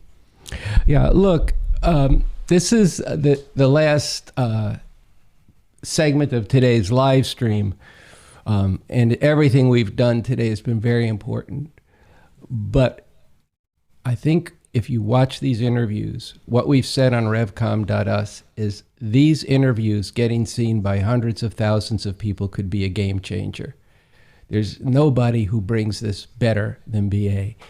And frankly, the whole thing is there in a certain microcosm. In, you know, yes, it's 5 hours to watch all of it, but it really can be game changing for you, game-changing for the people you interact with, and game-changing for the revolution. But that's going to take a lot of money. We're talking about, you know, some of the stuff that Michelle was getting at earlier today about the, you know, for example, there were she gave this example, the Revolution Club going out to West LA, to an elementary school where these fascists were attacking the LGBTQ community there. We need a situation where not only are people standing up against that kind of fascist thuggery and the thuggery of the police and the murderous attacks of them, but in order to get that, people need to see these interviews. This changes how people see possibility. It will change how people think about things. And in the communities, particularly of the oppressed, these films need to be, these interviews need to be seen. We need to be able to advertise this. There need to be posters all over the communities. There need to be people watching them on portable devices as well as projected on screens all summer in every city. Theaters could be rented. There's a billboard should go up about it. Advertising on the internet. When there's controversial issues, we should be running those little clips on the side. Don't skip this ad, because you're going to see 10 seconds of the most important political thinker and revolutionary leader, on the planet right now. These are the kinds of things that require a great deal of money and could get us to where we need to go. And we're getting closer. We're now, if I'm seeing this number, we're just $540 shy of our $50,000 goal. So I'm going to tell you about something else here. I want to show you this poster that we're beginning to put up in the communities of the oppressed and then more broadly. What? You don't know the most important political thinker and revolutionary leader in the world today? Okay, and it's got a QR code. And we did a little test run of this, and Annie, we found out that we got the most responses ever of people clicking through on the QR code, which led them right to one of the interviews. Mm-hmm. And so this is very important. I'd like to get a really slamming a trailer made of this, and there's some really high-level editors who maybe we can hire to actually help us put that together. Although I got to say this, the Arnell crew is pretty damn good. So and I think if you watch the show, you'll see this. But this is the kind of thing, if you were to reproduce this and change the provocation, say every 10 days, and get it up in, say, quantities of 50,000 in 6 or 7 cities, you need a lot of money to do that. And that could be the basis then for getting closer to being able to have the kind of money for billboards and for other things. This is where our sights have to be on a revolution. Proceeding back from revolution, this word has to get out to millions of people. They're not all going to be joining right away, but it's going to be circulating in their minds, and we'll find the thousands who now could be trained to be the leaders of this revolution as the situation heightens. So, game changer. But to change that game requires you and your funds, and right now it requires another $540 so that we can all have a very wonderful evening and then go forward to raise the rest of the money that we need. Annie, you going to give us the rest of the plans? I'll give you the rest of the plans. I've got a couple updates and I want to read a couple statements. Okay. And I just want to say one thing. There is much more to say about these interviews. Yeah. And every week on the RNL show, we take small snippets of it to try to drive people to watch the whole thing. And there's clips, more extensive clips on the website too, on key questions from Bob Avakian. And this week we're going to put a substantial clip from Bob Avakian's interviews on the show. And this is a way you can introduce your friends to Bob Avakian and to the Bob Avakian interviews. So I sorry to interrupt you. No, that's right. That's part of where the funds are going, is to the RNL Revolution Nothing Less show, where every week people can meet the leadership that they have for this revolution, who they urgently need to know about, as well as then the whole analysis and kind of timely guidance and leadership and exposure and analysis and agitation that people get when they tune into the RNL show. 49,460. How do we we can't. We're at 49,400. 49,460. We need $540. All right, then there we go. So stay on, stay tuned, stay with us, and call people who you think were considering making a donation. And ask them to give now. Well, we're going to finish up our program. So yes. You will either be part of the disappointment. Oh, 7:30. All right, now we're talking. Okay, so we're getting closer. So $49,730. I'm going to give you a couple updates and a statement that came in. And then we're going to end. We'll either have made it or we won't. So So one $700 that just came in the last little bit came in honor of Gwen Kim. That was the statement I read about the beautiful comrade who passed away recently. So thank you for those donations. And then I wanted to read, just give me a second. Okay, so this came in from a writer in Texas. And they said, who made a donation to this live stream, and they said, "Dear friends, there's so much dynamism in what the RevComs have been doing over the past year, airing the amazing 3-part interview with Bob Avakian, breaking with the gradualist approach, one by one by one, and instead aiming to impact society, transforming leaders from movement activists just stuck in the movements of today to strategic commanders for a real revolution." Leading with revolution to take on the woke lunacy that has become such a destructive force in the ideological, moral, and political life of a whole generation who need this revolution and have so much untapped potential to make history by winning a better future. I am striving, while seeing and becoming more a part of the collective process, to bring alive the decades of work that Bob Avakian has done to lay the theoretical framework and the blueprint for the emancipation of humanity from this putrid system. So I'm donating the $100 that I can afford right now, but I'm also struggling with others to donate to something that truly promises to transform people and the world. A real revolution requires serious funds, and we have to be serious because the existence of humanity is truly at stake. Revolution, nothing less. So I thought that was a good statement. Beautiful statement. Thank you for that $20 somebody who just donated that. Now we just need $250. So I want to just a couple things. One thing I wanted to ask for everyone watching: if you go out and you raise funds and you run into questions or we've been talking a lot about the bullshit you're going to run to, or real deep questions, like the person who gave a serious donation earlier had serious questions. Can we get some balloons here? Okay. We got any balloons? Okay, so we made our $50,000 goal. Thank you. We're going to close out. I just want to say a couple things. Okay. So that's fantastic. And thank you to everyone who gave. We did this together. So if you are running into questions and you don't know how to answer, send them to us at getorganizedforrevolutiontour@gmail.com. Tell us your experiences, what you're learning, but also what you don't know how to answer. And then I want to ask everyone, 3 weeks from now, tune in.